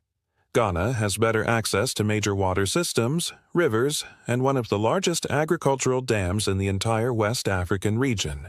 The natural conditions for massive, year-round tomato farming exist right now. What does not exist is the political will, the discipline, and the visionary leadership to make it happen. Ghana's existing tomato processing facilities currently rely on locally grown tomatoes for a shocking 7% of their total capacity. Only 7%. The remaining 93% of the raw material is imported. Let that reality wash over you. A country that sits in one of the most lush, fertile agricultural belts in West Africa is importing 93% of the raw materials needed to keep its own food processing industry alive. That is not a resource problem. That is not a weather problem. That is a catastrophic leadership problem. The contrast between the two nations is staggering, and it is entirely intentional. On one side of the border, you have Captain Ibrahim Traoré operating in total, unshakable calm. He's not making angry speeches. He is using silence, precision, and state-backed infrastructure as undeniable tools of national power. The calm is the power. The ability to feed your own people, to process your own resources, and to dictate what leaves your borders gives you the ultimate leverage to negotiate on your own terms, rather than begging for survival. But this massive crisis unfolding in the markets of Ghana is just the beginning of the story. It is merely a symptom of a continent-wide disease. This tomato ban exposes a much darker, hidden vulnerability that threatens to tear apart the most populous and powerful nations on the continent. If a simple, everyday vegetable can trigger this level of panic and expose the fragility of a major economy, what happens when we look at the exact same agricultural divide tearing at the seams of Nigeria? Let us take this conversation exactly where it needs to go, because the stark reality of the tomato ban in Burkina Faso is not an isolated incident. It is a blazing warning sign for the entire continent. I want you to look at the Federal Republic of Nigeria, a massive economic powerhouse, and consider the uncomfortable, unspoken truth that divides it. There are voices in the southern part of Nigeria, voices backed by enormous oil wealth, massive commercial ports, and sprawling metropolitan cities that have argued for decades that the northern region is a financial liability. They argue that the South generates the revenue, the South drives the modern economy, and the South could easily thrive as an independent entity while the North would simply collapse under its own weight. But let me tell you what would actually happen if you drew a hard border between those regions today. The exact same terrifying scenario playing out in the markets of Ghana right now would detonate across southern Nigeria, but multiplied by a factor of 10. The fundamental truth that no amount of political rhetoric can erase is that the food keeping millions of southern Nigerians alive every single day is grown in the north. The tomatoes, the onions, the massive harvests of rice, the beans, the yams, the millet, and the overwhelming majority of the cattle. Over 21 million heads of cattle are raised in the north. The beef that ends up on a dinner plate in Lagos, the onions that are loaded onto heavy trucks and travel over 1,000 kilometers to reach southern coastal cities, they all come from the northern agricultural belt. The north holds the vast, flat plains suitable for large-scale farming. It holds the profound irrigation capacity and the generational pastoral traditions. When oil was discovered, the South rapidly transitioned. Agriculture was suddenly viewed as something tied to poverty, a relic of the past, while investments poured endlessly into real estate, banking, and petroleum. But the North kept farming. If that supply chain were ever cut, if the North suddenly decided to keep its agricultural output to feed its own rapidly growing industrial processing zones, a region of over 100 million people in the South would not just be worrying about the price of tomatoes. They would be worrying about everything simultaneously.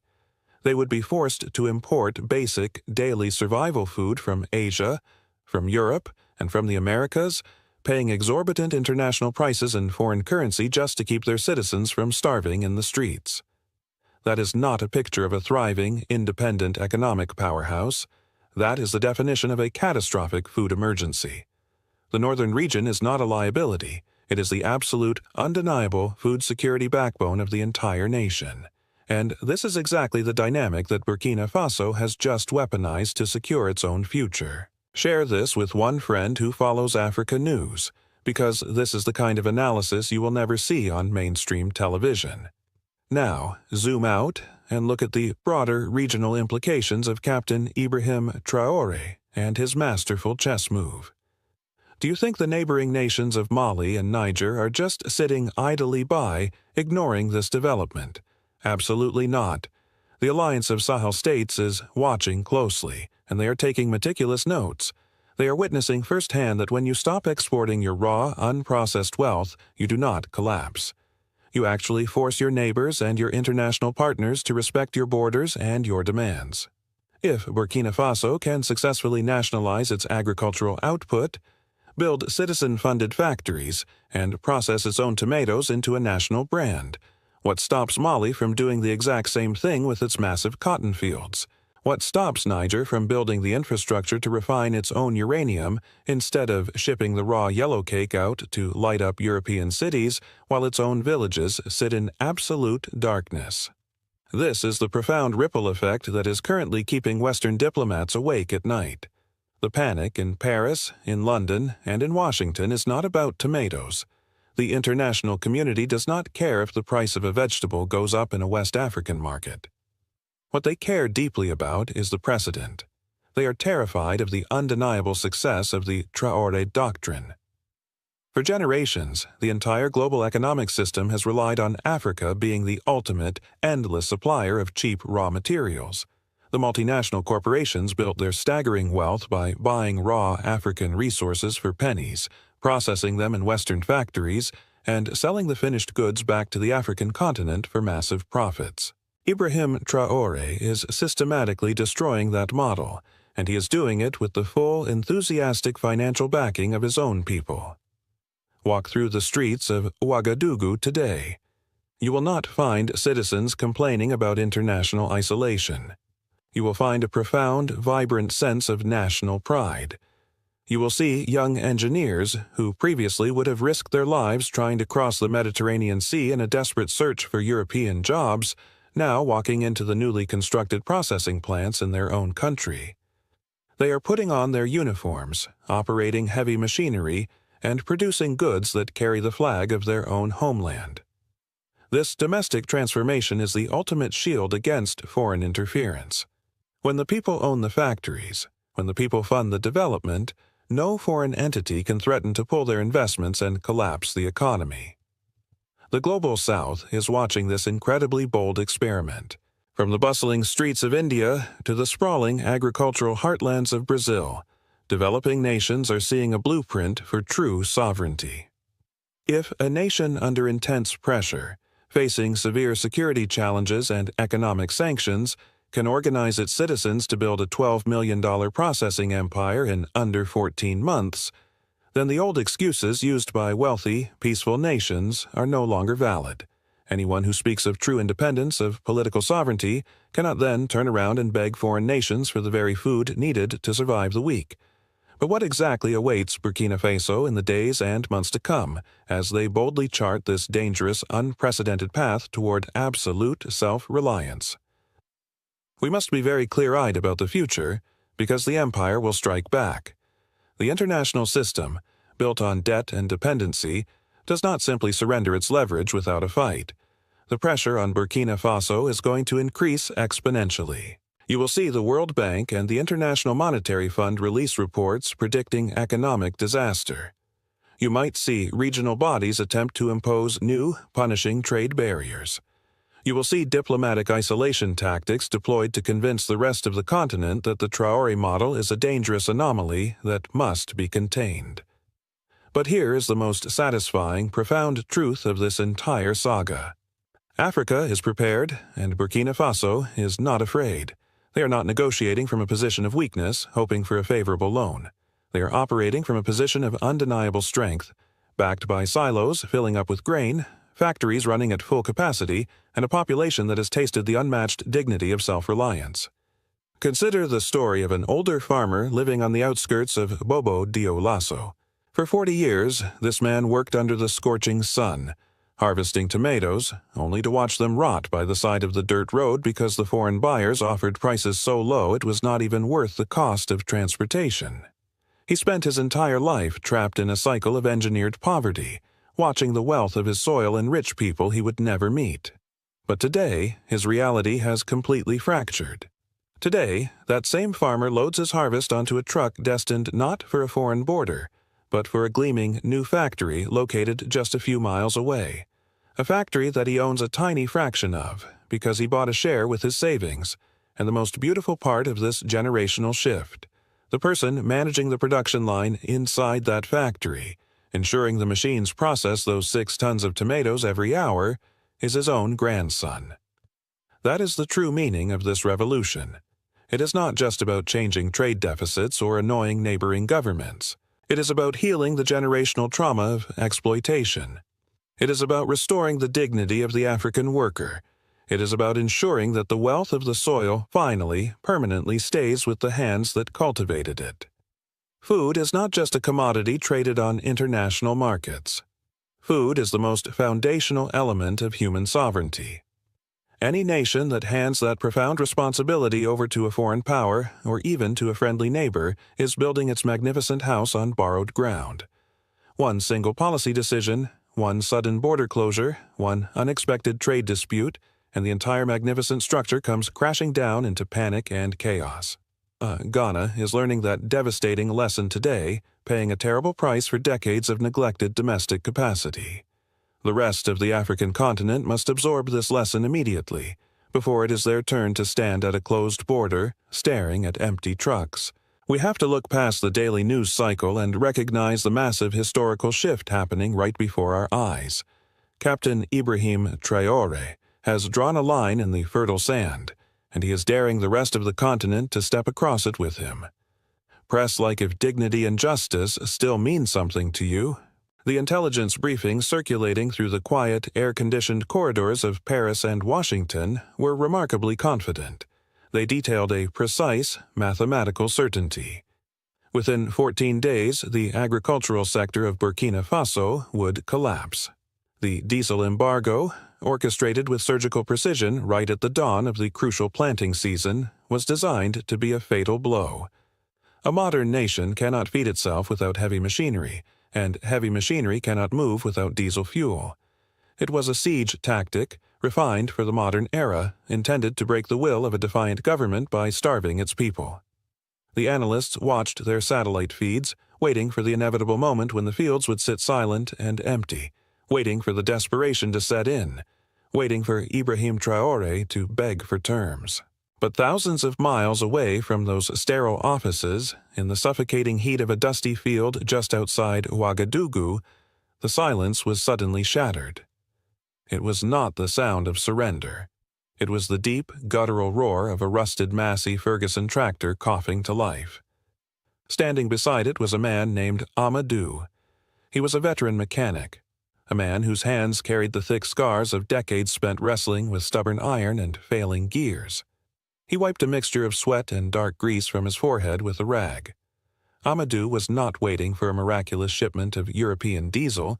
He was not looking at the sky for aid planes. Instead, he was securing the cap on a fuel tank that he had just filled with a thick, amber liquid. It did not smell like the refined petroleum that the West had suddenly denied them. It smelled earthy, sharp, and entirely unfamiliar. It was the scent of survival. This is the reality of the new African resistance. When the traditional arteries of global commerce are weaponized against a sovereign nation, the true test of a leader and of a people is how they respond to the sudden deprivation of their lifeblood. For generations, the power dynamic was simple. The West held the fuel, and therefore the West held the power. To defy the established order meant facing the immediate threat of economic paralysis. The diesel blockade was supposed to be the ultimate reminder of this hierarchy. It was meant to demonstrate that a nation like Burkina Faso, despite its bold declarations of independence, was still ultimately tethered to the goodwill of foreign capitals for its most basic survival. If you follow Burkina Faso, press like so this story keeps moving. The timing of the embargo was a masterclass in geopolitical cruelty. In the Sahel region, the planting season is a desperately narrow window. When the first rains finally soften the hard, baked earth, millions of farmers must immediately plow the soil and sow their seeds. If that window is missed, the harvest fails. If the harvest fails, millions face the very real prospect of famine.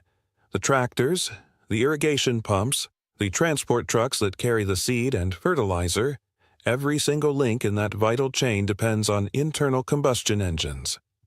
By cutting off the diesel supply at the exact moment the plowing had to begin, the foreign powers were not just targeting a military or a political elite. They were placing a stranglehold on the daily bread of every man, woman, and child in the country. It was a cold, calculated gamble that the fear of starvation would force the government to abandon its pursuit of total sovereignty. But how does a nation of millions, completely stripped of its industrial lifeblood, stand its ground and refuse to starve? As the days ticked by, the observers in foreign capitals expected to see the cracks forming. They expected to see long, angry lines of desperate farmers at dry fuel stations. They expected the familiar cycle of economic collapse, followed by social unrest, followed by political capitulation. The satellite imagery was scrutinized for the expected lack of movement, but the images that began to filter back to the intelligence agencies did not match their models. There was movement. There was activity. Smoke was rising from the exhaust pipes of heavy machinery. The fields were being turned. The earth was being prepared. Ibrahim Traoré, the young leader who had consistently defied expectations, did not panic when the fuel shipments stopped. He did not issue desperate pleas to the international community. He did not board a plane to negotiate away his nation's dignity in exchange for a few tankers of diesel. Instead, he turned inward. He turned to the minds and the hands of his own people. He activated a quiet, desperate mobilization of Burkinabe scientists, engineers, and mechanics. In a modest, hastily equipped laboratory in the capital, an agronomist named Dr. Ouedraogo worked through a series of sleepless nights. His team was not attempting to discover a new oil reserve. They were attempting something far more revolutionary. They were working to rapidly scale up the extraction and refinement of advanced bioethanol from materials that were entirely within their control. Burkina Faso has vast amounts of agricultural waste. They had mountains of discarded cashew shells. They had endless fields of leftover sorghum stalks. For decades, these byproducts had simply been left to rot under the African sun, considered worthless debris. Now, under the immense pressure of a national crisis, this debris became a strategic asset. Dr. Ouedraogo and his team were not just brewing simple alcohol. They had to engineer a biofuel capable of running heavy, dirty, demanding diesel engines without destroying the cylinders or clogging the fuel injectors.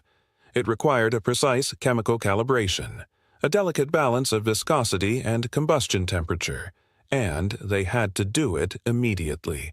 The genius of their solution was not just in the chemistry, but in the logistics.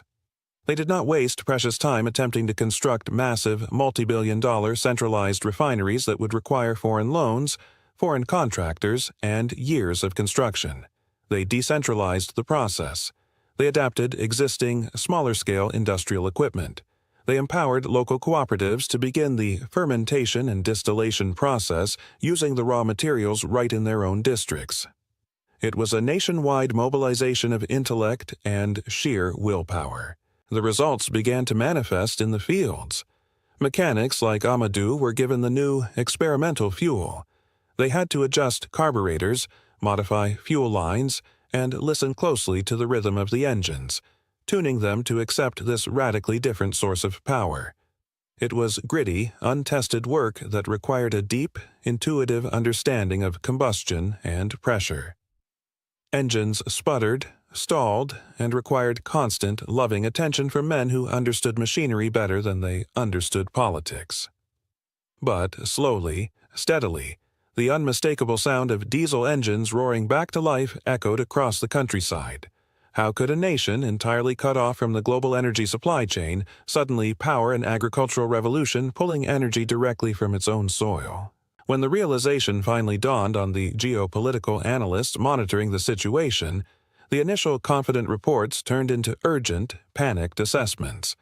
The ultimate weapon, the energy chokehold, had failed. The implication sent shockwaves through diplomatic circles far beyond the borders of West Africa. Urgent meetings were convened. There were hushed discussions about secondary sanctions and new methods of pressure. Because the real terror for the old colonial powers was not simply that Burkina Faso was managing to plant its crops. The terror was the precedent it was setting. If this small, landlocked nation could survive a total energy blockade by engineering its own fuel from agricultural waste, who else would realize they no longer needed the West? The true climax of this confrontation did not happen in a boardroom or at a press conference. It happened on the day the planting season officially commenced at full scale. It was a morning that will be written into the history of African independence. 1,000 tractors rolled out into the fields of Burkina Faso. They were not a fleet of shiny, state-of-the-art machines imported from foreign factories. They were a ragtag army of battered, scarred, and heavily modified workhorses. They were held together by welded, scrap metal, wire, and the brilliant improvisation of local mechanics, and every single one of them was burning fuel, grown, harvested, and refined entirely within the borders of their own country. The ground was broken. The rich red earth was turned over in long, straight furrows, ready to receive the seeds that would feed the nation. The sound of those 1,000 engines, running on cashew shells and sorghum, was deafening. It was a mechanical symphony of defiance. Ibrahim Traoré observed this mobilization with a characteristic, terrifying calmness. He did not issue boasting statements on international television. He did not taunt his adversaries. The silence of his government was its most powerful weapon. The tractors spoke on his behalf. The calm organization of his people proved that they were not merely surviving. They were operating with a cold, disciplined efficiency. This moment transcended the immediate need for fuel. It touched the very core of what it means to be a free nation. True sovereignty is not a declaration read at the United Nations. It is not a flag raised in front of a Capitol building. True sovereignty is the physical ability to plow your own field when the most powerful nations on earth tell you to starve. It is the unbreakable resolve to build an entirely new engine when they decide to take away your fuel. If that hit you, write your reaction in one sentence below. As the seeds fall into the newly turned earth and the smell of bioethanol drifts across the Sahel, the architects of the Old World Order are forced to ask themselves a terrifying question. What happens when a continent realizes that the chains of dependence were always an illusion and that Africa no longer needs the West to survive? The smoke rising from those 1,000 tractors did more than just clear the immediate threat of famine. It signaled a profound structural shift that began to ripple outward from the borders of Burkina Faso, fundamentally altering the geopolitical landscape of the entire continent. When a nation proves that it can decouple its most vital survival mechanism from the control of foreign powers, it does not just save its own harvest. It provides a blueprint for total economic liberation. The transformation within the country was immediate and visceral. In the bustling markets of Ouagadougou, Bobo Dioulasso, and the quiet villages of the rural provinces, a new, unspoken dignity took root. The fear of empty granaries and foreign starvation tactics evaporated, replaced by the profound realization that the power to sustain life now rested entirely in their own hands. The agricultural sector, once entirely vulnerable to the shifting moods of Paris, London, or Washington, was now insulated by the sheer ingenuity of its own people. The economic stabilization was not just about food. It was about currency retention. By eliminating the need to import millions of gallons of refined European diesel, Burkina Faso stopped the hemorrhaging of its national wealth. Capital that would have been transferred to foreign oil conglomerates was now circulating locally, paying farmers for their agricultural waste and funding local cooperatives to distill the fuel. This localized victory could not be contained. The news of the biofuel breakthrough swept across the Sahel like a powerful wind. In neighboring Mali and Niger, the other critical pillars of the alliance of Sahel states, the response was immediate and highly coordinated. They did not just send congratulatory messages of solidarity. They sent massive convoys of engineers, agronomists, and mechanics across the newly secured borders. They came to study the decentralized refineries, to examine the modified engines, and to learn directly from the men and women who had broken the embargo. The military alliance, initially forged out of a necessity to combat foreign-backed instability, was rapidly evolving into something far more dangerous to the old colonial order. It was becoming a formidable alliance of shared technology, shared resources, and shared economic self-reliance. The AES was proving that regional integration was the key to ultimate survival. They began pooling their agricultural waste data, sharing their chemical extraction protocols, and collectively retrofitting their agricultural fleets to run on the very soil they were defending. The vision of a united, self-sufficient West Africa was no longer a distant political dream. It was becoming a physical reality, measured in gallons of locally produced bioethanol. Share this with one friend who follows Africa news. As the steady hum of biofuel engines began to echo from Bamako to Niamey, the concern in Western capitals deepened into a cold, hard realization of permanent loss. The diesel embargo was supposed to be the ultimate trump card, the final, undeniable proof of African dependency. It was the lever they believed they could pull whenever the nations of the Sahel strayed too far from the dictated geopolitical path. Instead, the embargo had catalyzed the exact scenario the West feared most. It had forced the Sahel to innovate its way out of the neo-colonial economic system permanently.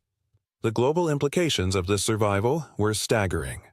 If three landlocked, heavily sanctioned nations, operating in one of the harshest environments on Earth, could achieve energy independence for their foundational food supply, what was stopping the rest of the global South from doing the exact same thing? Nations across South America, Southeast Asia, and the broader African continent began to watch the Burkina Faso experiment with intense, calculating interest. Delegations from nations that had spent decades crushed under the weight of International Monetary Fund structural adjustment programs began to request the technical blueprints. The monopoly on critical energy infrastructure was cracking right before the eyes of the global elite. The old powers were no longer just losing political influence in a few former colonies. They were losing their captive markets and their ability to dictate terms through the threat of engineered economic ruin. The realization that they could no longer starve a nation into compliance sent shockwaves through the boardrooms of multinational energy corporations. But the geopolitical chess match does not end simply because one piece was successfully defended. When the weapon of energy starvation fails, the empires of the West do not simply concede defeat and walk away gracefully. They regroup, they recalibrate, and they search aggressively for the next vulnerability. The analysts in Washington, Paris, and Brussels, having watched their meticulously planned diesel embargo fail spectacularly, are already drafting new strategies of containment. They are looking at global supply chains for specialized machinery parts, hoping to cut off the spark plugs and the engine blocks. They are examining the global banking systems that handle agricultural exports, preparing to choke off the financial arteries. And they are preparing new frameworks for economic warfare through the World Trade Organization. If they cannot stop the tractors from running, they will try to prevent the resulting harvest from being sold on the international market. The pressure will not vanish. It will merely change shape, becoming more insidious and deeply hidden within international law. But how will the architects of the old world order respond when they realize that the people of the Sahel are no longer afraid of their threats, and are already anticipating their next move? The story of the biofuel revolution is not just a technical victory over a logistical problem. It is a profound philosophical shift in the destiny of an entire continent. For centuries, the narrative imposed upon Africa was one of inherent deficiency and perpetual need. It was a carefully constructed story that claimed Africa needed foreign capital to build its cities. foreign intelligence to govern its people, and foreign fuel to survive its seasons. Every international loan, every conditional aid package, and every skewed trade agreement was subtly laced with the venom of dependency, a constant, humiliating reminder that true power resided in capitals thousands of miles away. When Ibrahim Traoré and the people of Burkina Faso chose to build their own engine rather than beg for foreign fuel, they shattered that narrative permanently. They demonstrated to the world that sovereignty is not merely a document granted by the United Nations or a speech delivered at a global summit. True sovereignty is the dark grease on a local mechanic's hands. It is the late-night calculations of a domestic scientist refusing to sleep. It is the absolute, unyielding refusal to be starved into submission by people who have never set foot on your land. The path forward for Burkina Faso and the alliance of Sahel states will be incredibly difficult. They have chosen the hardest road possible, the road of total independence. They will face continued sabotage, relentless media manipulation, and increasingly sophisticated economic blockades. The powers that have extracted immense wealth from the African continent for generations will not surrender their privileges quietly or peacefully. There will be coordinated efforts to undermine the stability of these new governments, to fracture the hard-won unity of the people, and to ruthlessly punish the leaders who dare to chart an independent course for their nations. The economic war is far from over. In many ways, it is only entering a new, more intense, and far more dangerous phase. But there is a profound, unshakable satisfaction taking root deep in the red soil of Burkina Faso today. It is the quiet, powerful satisfaction of a people who have looked directly into the abyss of engineered starvation and walked away stronger, more united, and more capable than before. They are no longer operating from a position of panicked reaction or desperate survival. They are operating from a foundation of quiet, methodical preparation. They have realized that the most terrifying weapon the West possesses is not its military might, its aircraft carriers, or its international banks, but the psychological illusion that Africa simply cannot survive without their permission. That illusion has been burned away forever, consumed completely in the combustion chambers of 1,000 resurrected African-fueled tractors. In the fading, golden light of a long, exhausting day, Amadou, the mechanic who helped spark this grassroots revolution, stands proudly by his modified tractor. He is no longer working alone in the dust. Beside him stands his young son, watching his every move with wide, observant eyes. Amadou's hands, permanently stained with the new, earthy fuel of their liberation, gently guide his son's small hands as they adjust a vital valve on the engine block. He is not teaching the boy how to wait patiently for a foreign aid truck to arrive. He is not teaching him how to navigate a global system designed entirely to exploit him and his labor. He is passing down the sacred, undeniable knowledge of absolute self-reliance. He is teaching his son the physical mechanics of freedom. It is a profound generational transfer of power, ensuring that the next generation of Burkinabe citizens will never know the deep humiliation of begging foreign governments for the energy required to feed their own families. The future of Africa is no longer being written in the opulent boardrooms of Paris, London, or the sterile halls of the World Bank. It is being written right now in the dusty workshops, the endless fields, and the makeshift laboratories of a newly awakened continent. If a nation can forge its own survival from the dust and the debris of its own land, building life from what others discarded, can any foreign power ever truly control it again? Press like, comment your country, and let the world see who is watching. What happens when the wealthiest corporations on Earth decide that the very plants growing in your backyard no longer belong to you, but to their shareholders in a glass tower thousands of miles away? Imagine for a moment a quiet village called Yako, in the heart of Burkina Faso, where the dust settles on the leaves of a slender tree with tiny green petals. For centuries, mothers in this village have plucked those leaves to break a child's fever, or to give strength to an elderly father. They call it the miracle tree or the tree of life. It is the moringa tree. To the people of the Sahel, it is a gift from God. But to the boardroom executives of the multi-billion-dollar pharmaceutical industry, it is something else entirely. It is a $5 billion untapped gold mine. They did not plant these trees, and they did not discover their healing powers, but they wanted to own the rights to the molecules inside them. This is the story of how one man standing at the helm of a rising African nation looked into the eyes of the global medical giants and said the word they fear most. No. Ibrahim Traoré has just signed a decree that has sent shockwaves through the corridors of power in Paris and Washington. He has banned Big Pharma from patenting the essence of the moringa tree, and in doing so he has ignited a fire for sovereignty that is spreading across the continent. Before we go deeper into how this battle was won and why it matters for every person who believes in natural justice, stay with me on this one. If this story matters for Africa Press. Like now, so more people see it, and so this message of dignity reaches every corner of the world. Think of an elderly grandmother named Mariam. She has lived in the village of Yako for 70 years, and her hands are calloused from a lifetime of working the soil. When her grandson woke up with a burning forehead and a weak cough last winter, she did not drive to a modern pharmacy to buy a plastic bottle of imported syrup that costs half a month's wages. Instead, she walked to the corner of her garden and stripped the bark and leaves from a moringa tree. She prepared a tea that has been passed down through her lineage for 10 generations. Within 2 days, the boy was running again, his eyes bright and his strength restored. Mariam did not know that at that very moment, lawyers in expensive suits were filing paperwork to claim that the specific chemical extract she used was their intellectual property. They wanted to take the ancient wisdom of Mariam's ancestors and turn it into a high-priced capsule sold back to her people in a box with a foreign logo. This is what we call biopiracy. It is the modern face of colonialism where they no longer steal the land, but they steal the very DNA of the life that grows upon it.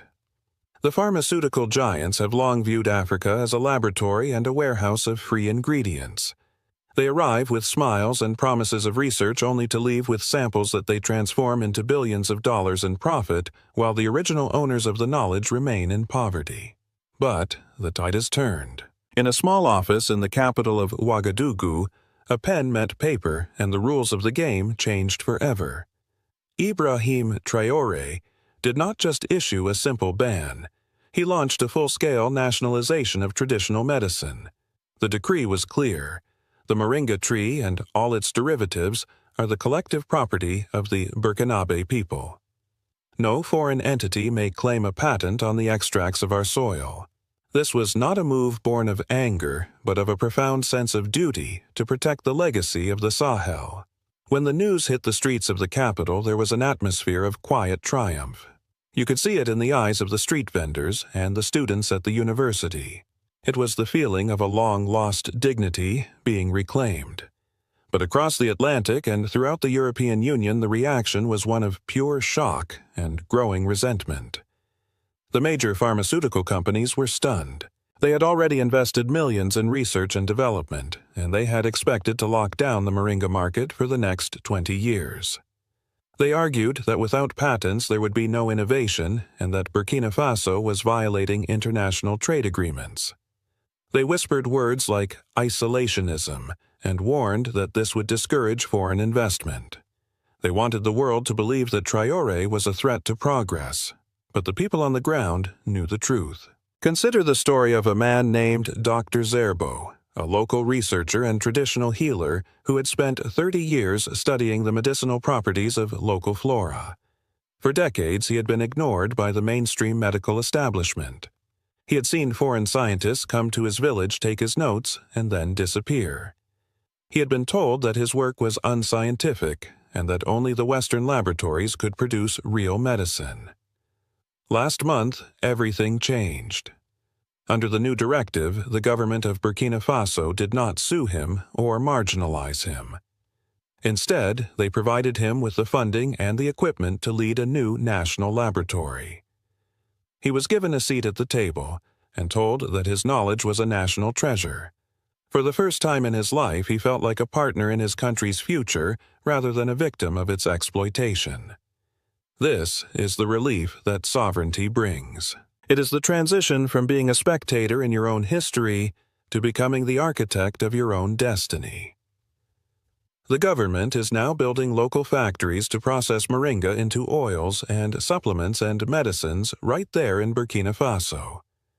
They are creating jobs for the youth and ensuring that the profit stays where the tree grows.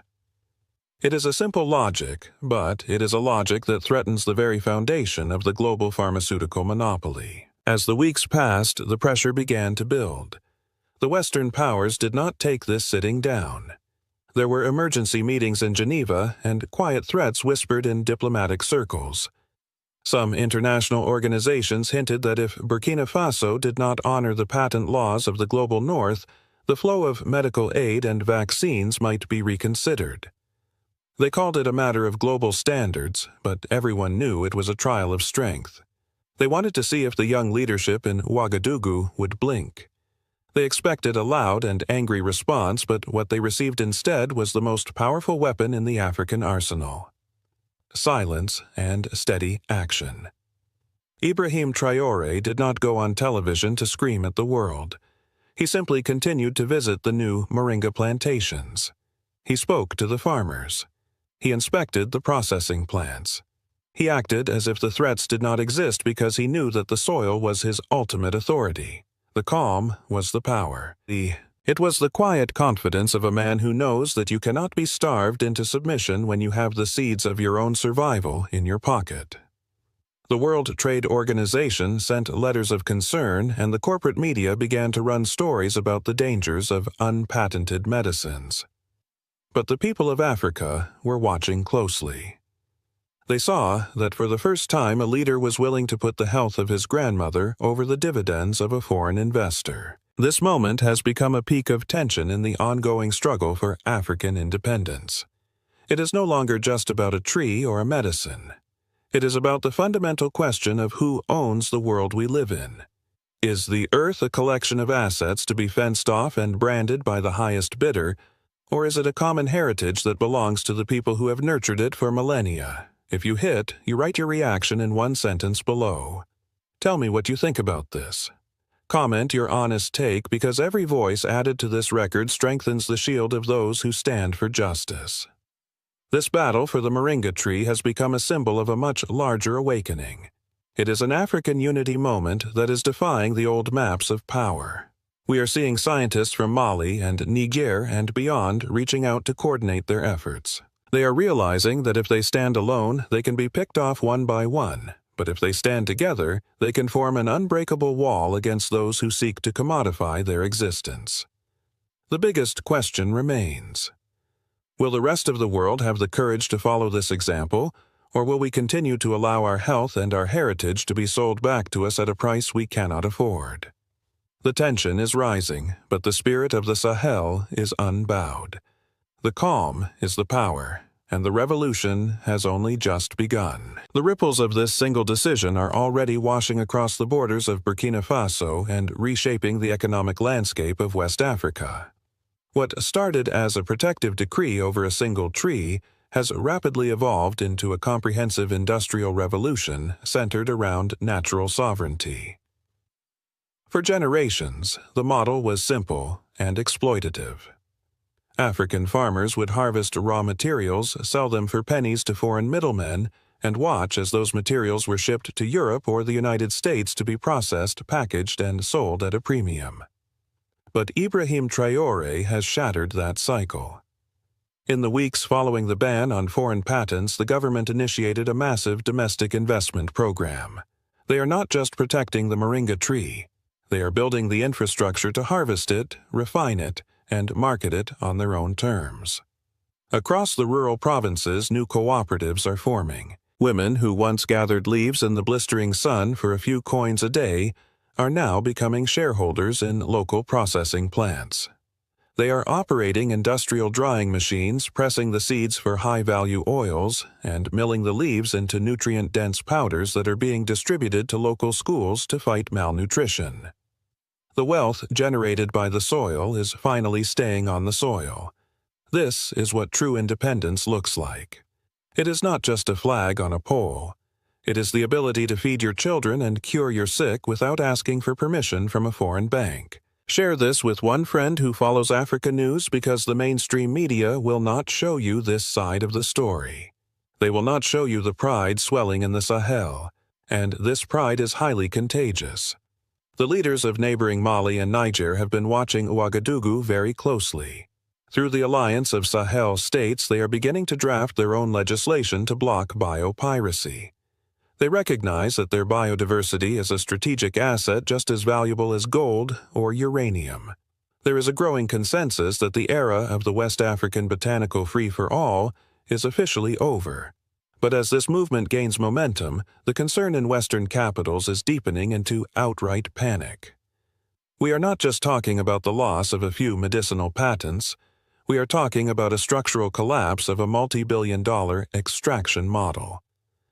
The pharmaceutical lobbies in Washington and Paris are calculating their projected losses, and the numbers are staggering. They fear that if Burkina Faso successfully builds an independent natural health industry, other nations across the global south will follow suit. Countries in South America and Southeast Asia are already taking notes. The corporate executives realize that they are losing their grip on the world's natural medicine cabinet. Behind closed doors, there are frantic discussions about how to respond. There are threats of implementing strict new import regulations that would effectively ban African-made supplements from European markets under the guise of health and safety standards. They will try to strangle this new industry before it can walk. They will use the World Health Organization and international trade courts to apply immense pressure. They want to make an example of Ibrahim Traoré to prove that developing nations cannot survive without Western oversight.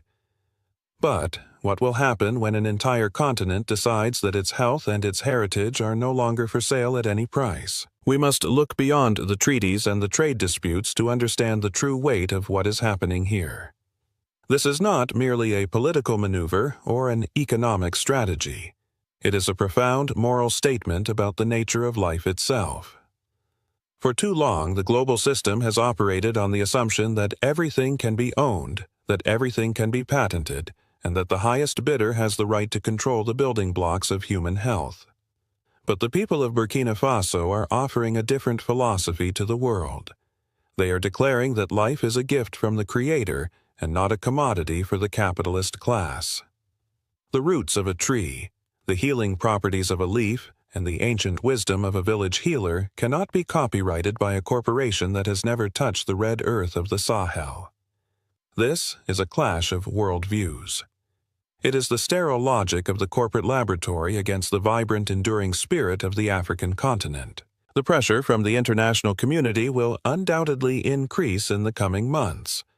There will be diplomatic condemnations, economic threats, and perhaps even attempts to destabilize the region further. The giants of industry do not surrender their monopolies quietly. But if you look closely at the people of Burkina Faso, you will not find fear. You will find a quiet, unshakable determination. They have crossed a threshold, and they cannot be turned back. Consider a young farmer named Seydou, who lives just outside the capital. Last week, he took his young son out to the family plot to plant a new row of moringa saplings. As he pressed the small green shoot into the warm soil, he looked at his boy and told him that this tree was his inheritance. He told him that for the first time in their history, no man in a fine suit from across the ocean could come and claim the rights to the shade it provides or the medicine it yields. Seydou was planting more than a tree. He was planting a mindset of total self-reliance. This is the ultimate victory of Ibrahim Traoré. He has not just rewritten the laws of his country. He has rewritten the narrative in the minds of his people. He has reminded them that they are the custodians of a rich and powerful land, and that their dignity is not something to be negotiated. It is something to be defended. The world is changing rapidly, and the old colonial lies are falling away one by one. The miracle tree stands tall, its roots digging deep into sovereign soil, reaching for a future that is finally, undeniably, African. Press like and write your city below so your voice is part of this record. Picture a glowing computer screen in a sterile, climate-controlled office in Brussels. On that screen, a flashing red notification indicates a blocked transaction. A keystroke made by an invisible bureaucrat thousands of miles away has just denied a sovereign nation the ability to purchase essential agricultural machinery. Now, contrast that cold, digital denial with a heavy, solid bar of pure yellow gold resting on a wooden table under the hot sun of Ouagadougou. One is an illusion of control based on digital numbers. The other is undeniable physical reality. For decades, the global financial system has operated on a simple, ruthless premise. If you do not comply with the political and economic demands of the West, you are locked out of the Society for Worldwide Interbank Financial Telecommunication, commonly known as the SWIFT system. You are starved of dollars. You are blocked from euros. You are essentially placed under a modern economic siege. This is exactly the weapon that was aimed at Burkina Faso. The nation desperately needed heavy agricultural equipment to achieve food security and break the cycle of dependency. They needed tractors to break the hard earth, to plant seeds, and to feed a rapidly growing population. They attempted to purchase this machinery on the international open market, but the unseen hands of the global financial architecture moved to block them. The dollar was weaponized. The message from Western financial institutions was clear. Submit to our diplomatic demands, accept our structural adjustment programs, or your fields will remain unplowed and your people will remain hungry. If this story matters for Africa, press like so more people see it. But the architects of this financial blockade severely underestimated the leadership in Burkina Faso. Ibrahim Traoré understood a fundamental truth about wealth that the modern world has seemingly forgotten. True wealth is not a digital digit in a European bank account, subject to the whims of foreign politicians. True wealth is what you can pull from the earth. Consider the story of a gold miner in the rural western region of Burkina Faso. For generations, men in his family have descended into the dark, sweltering earth. With calloused hands and aching backs, they extracted raw gold from the veins of the land. Historically, that gold was immediately loaded onto heavily guarded airplanes. It was flown out of the country, destined for the deep, secure vaults of Switzerland, London, or New York to bolster foreign reserves. The physical wealth of Africa was constantly traded for paper promises and digital credits that could be frozen at a moment's notice. The miner sweated in the dark, the European banker profited in the light, and the African farmer still plowed his field by hand. Traoré looked at this exploitative system and decided it was time to break the wheel. The Western financial institutions thought they had trapped Burkina Faso in an inescapable corner. They believed that by cutting off access to the digital dollar, they could force a proud nation to its knees. They assumed that without their explicit permission and their currency, international trade was mathematically impossible. But how does a nation without access to the global digital banking system feed its people and build its future? The answer came with a shockwave that reverberated from the Sahel all the way to Wall Street and the financial districts of London. Ibrahim Traoré bypassed the dollar entirely. He completely ignored the SWIFT system and the oversight of the International Monetary Fund. Instead, he executed one of the most brilliant and audacious geopolitical moves of the 21st century. He took the raw, physical gold of Burkina Faso and traded it directly for the heavy machinery the country desperately needed. He established a direct, sovereign barter agreement with non-Western manufacturing partners. There were no intermediate banks taking a percentage. There were no foreign policy conditions attached. There were no digital currency conversions subject to foreign treasury oversight. It was a pure, unadulterated exchange of physical value. Millions of dollars worth of pure African gold were exchanged directly for thousands of heavy-duty agricultural tractors. When the first massive shipment of these machines arrived, the reaction on the ground was nothing short of electric. Imagine a farmer named Seydou in a remote village near Bobo Dioulasso. Seydou is 60 years old. For 40 years, he has worked the hard, dry soil with nothing but a short-handled hoe. His back bears the permanent curve of a lifetime of grueling manual labor. He has listened to decades of foreign aid workers and politicians making empty promises about agricultural modernization, while his crop yields barely kept his family alive. Then, one morning, the ground shakes. A massive, roaring, green and yellow tractor